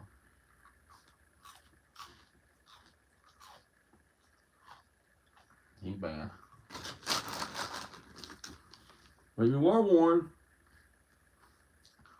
I mean, you were warned for 8 fucking years. Actually, you were warned for 10 fucking years. It started in 2015. You were warned for 10 fucking years about this.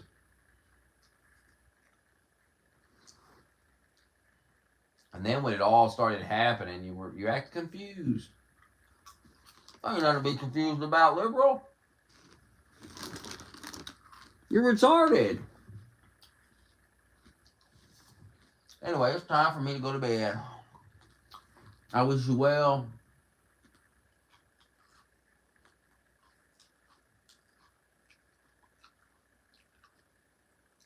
Or maybe you don't want to be wished well. You don't want to be wished well. Go fuck yourself then. Whatever floats your boat. Whatever makes you happy as a person.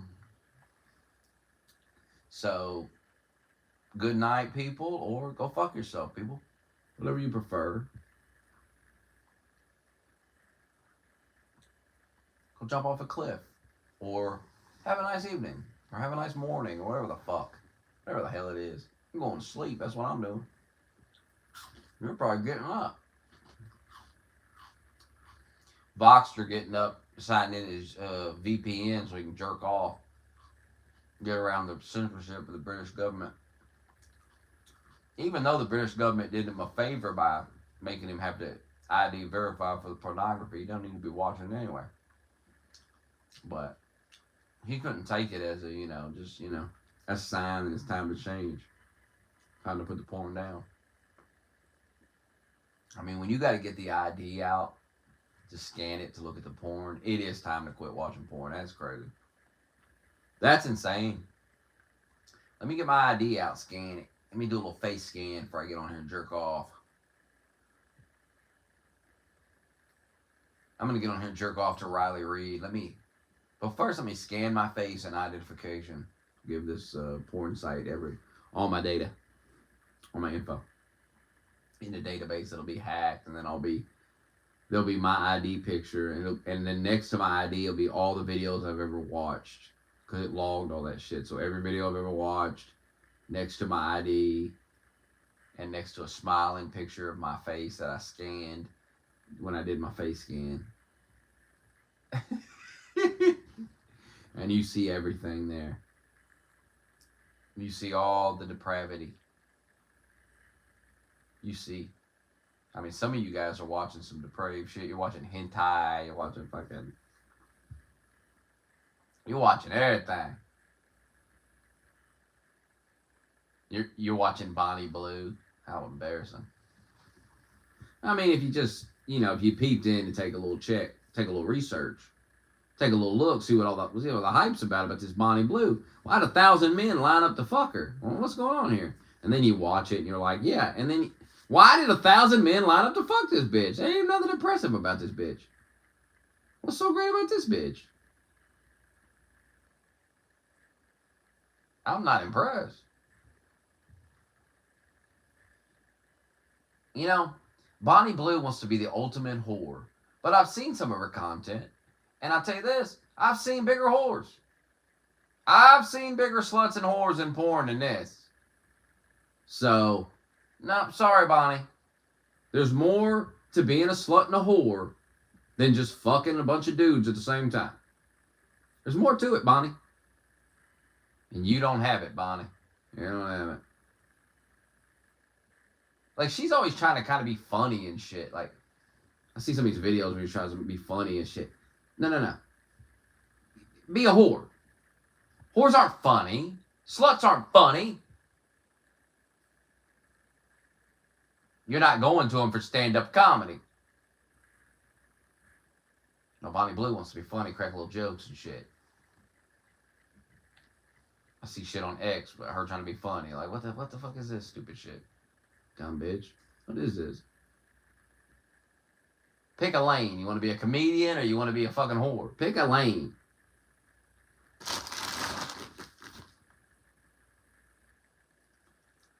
There's nothing...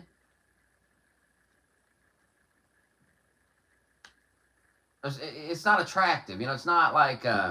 it doesn't turn you on with her little jokes. It's not like, oh yeah, that's hot. No.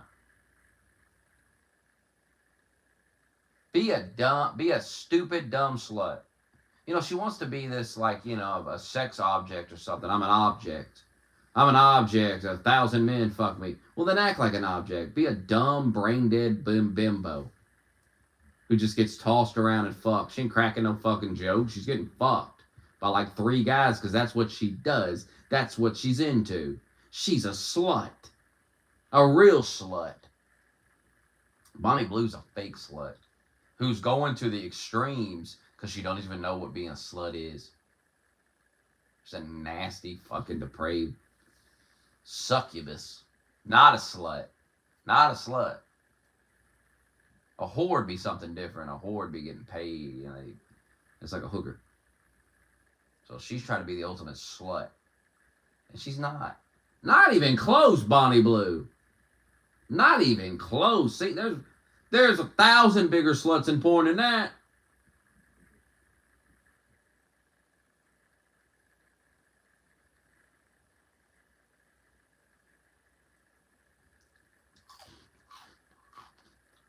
I mean, look.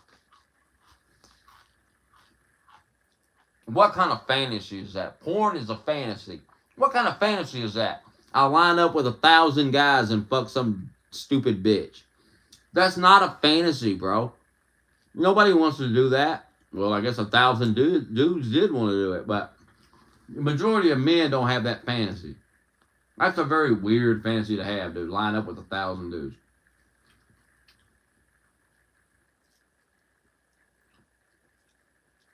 So she's taking gangbang to this extreme level where it doesn't... I mean, who does that appeal to? It's not like, oh, 3 or 4 guys, you and your boys bang some hooker at a bachelorette party or bachelor party or something. No. That's something that might possibly happen.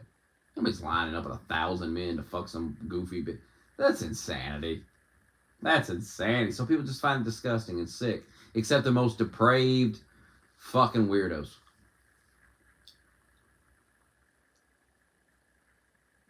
It's over the top. It's ridiculous. It's not even porn. It's some type of... I don't know what it is. It's not. I don't even call it porn. I don't know what it is. I don't know what it is. It's... Because porn's meant to jerk off and come. This is like some type of shock value shit. It's supposed to shock you.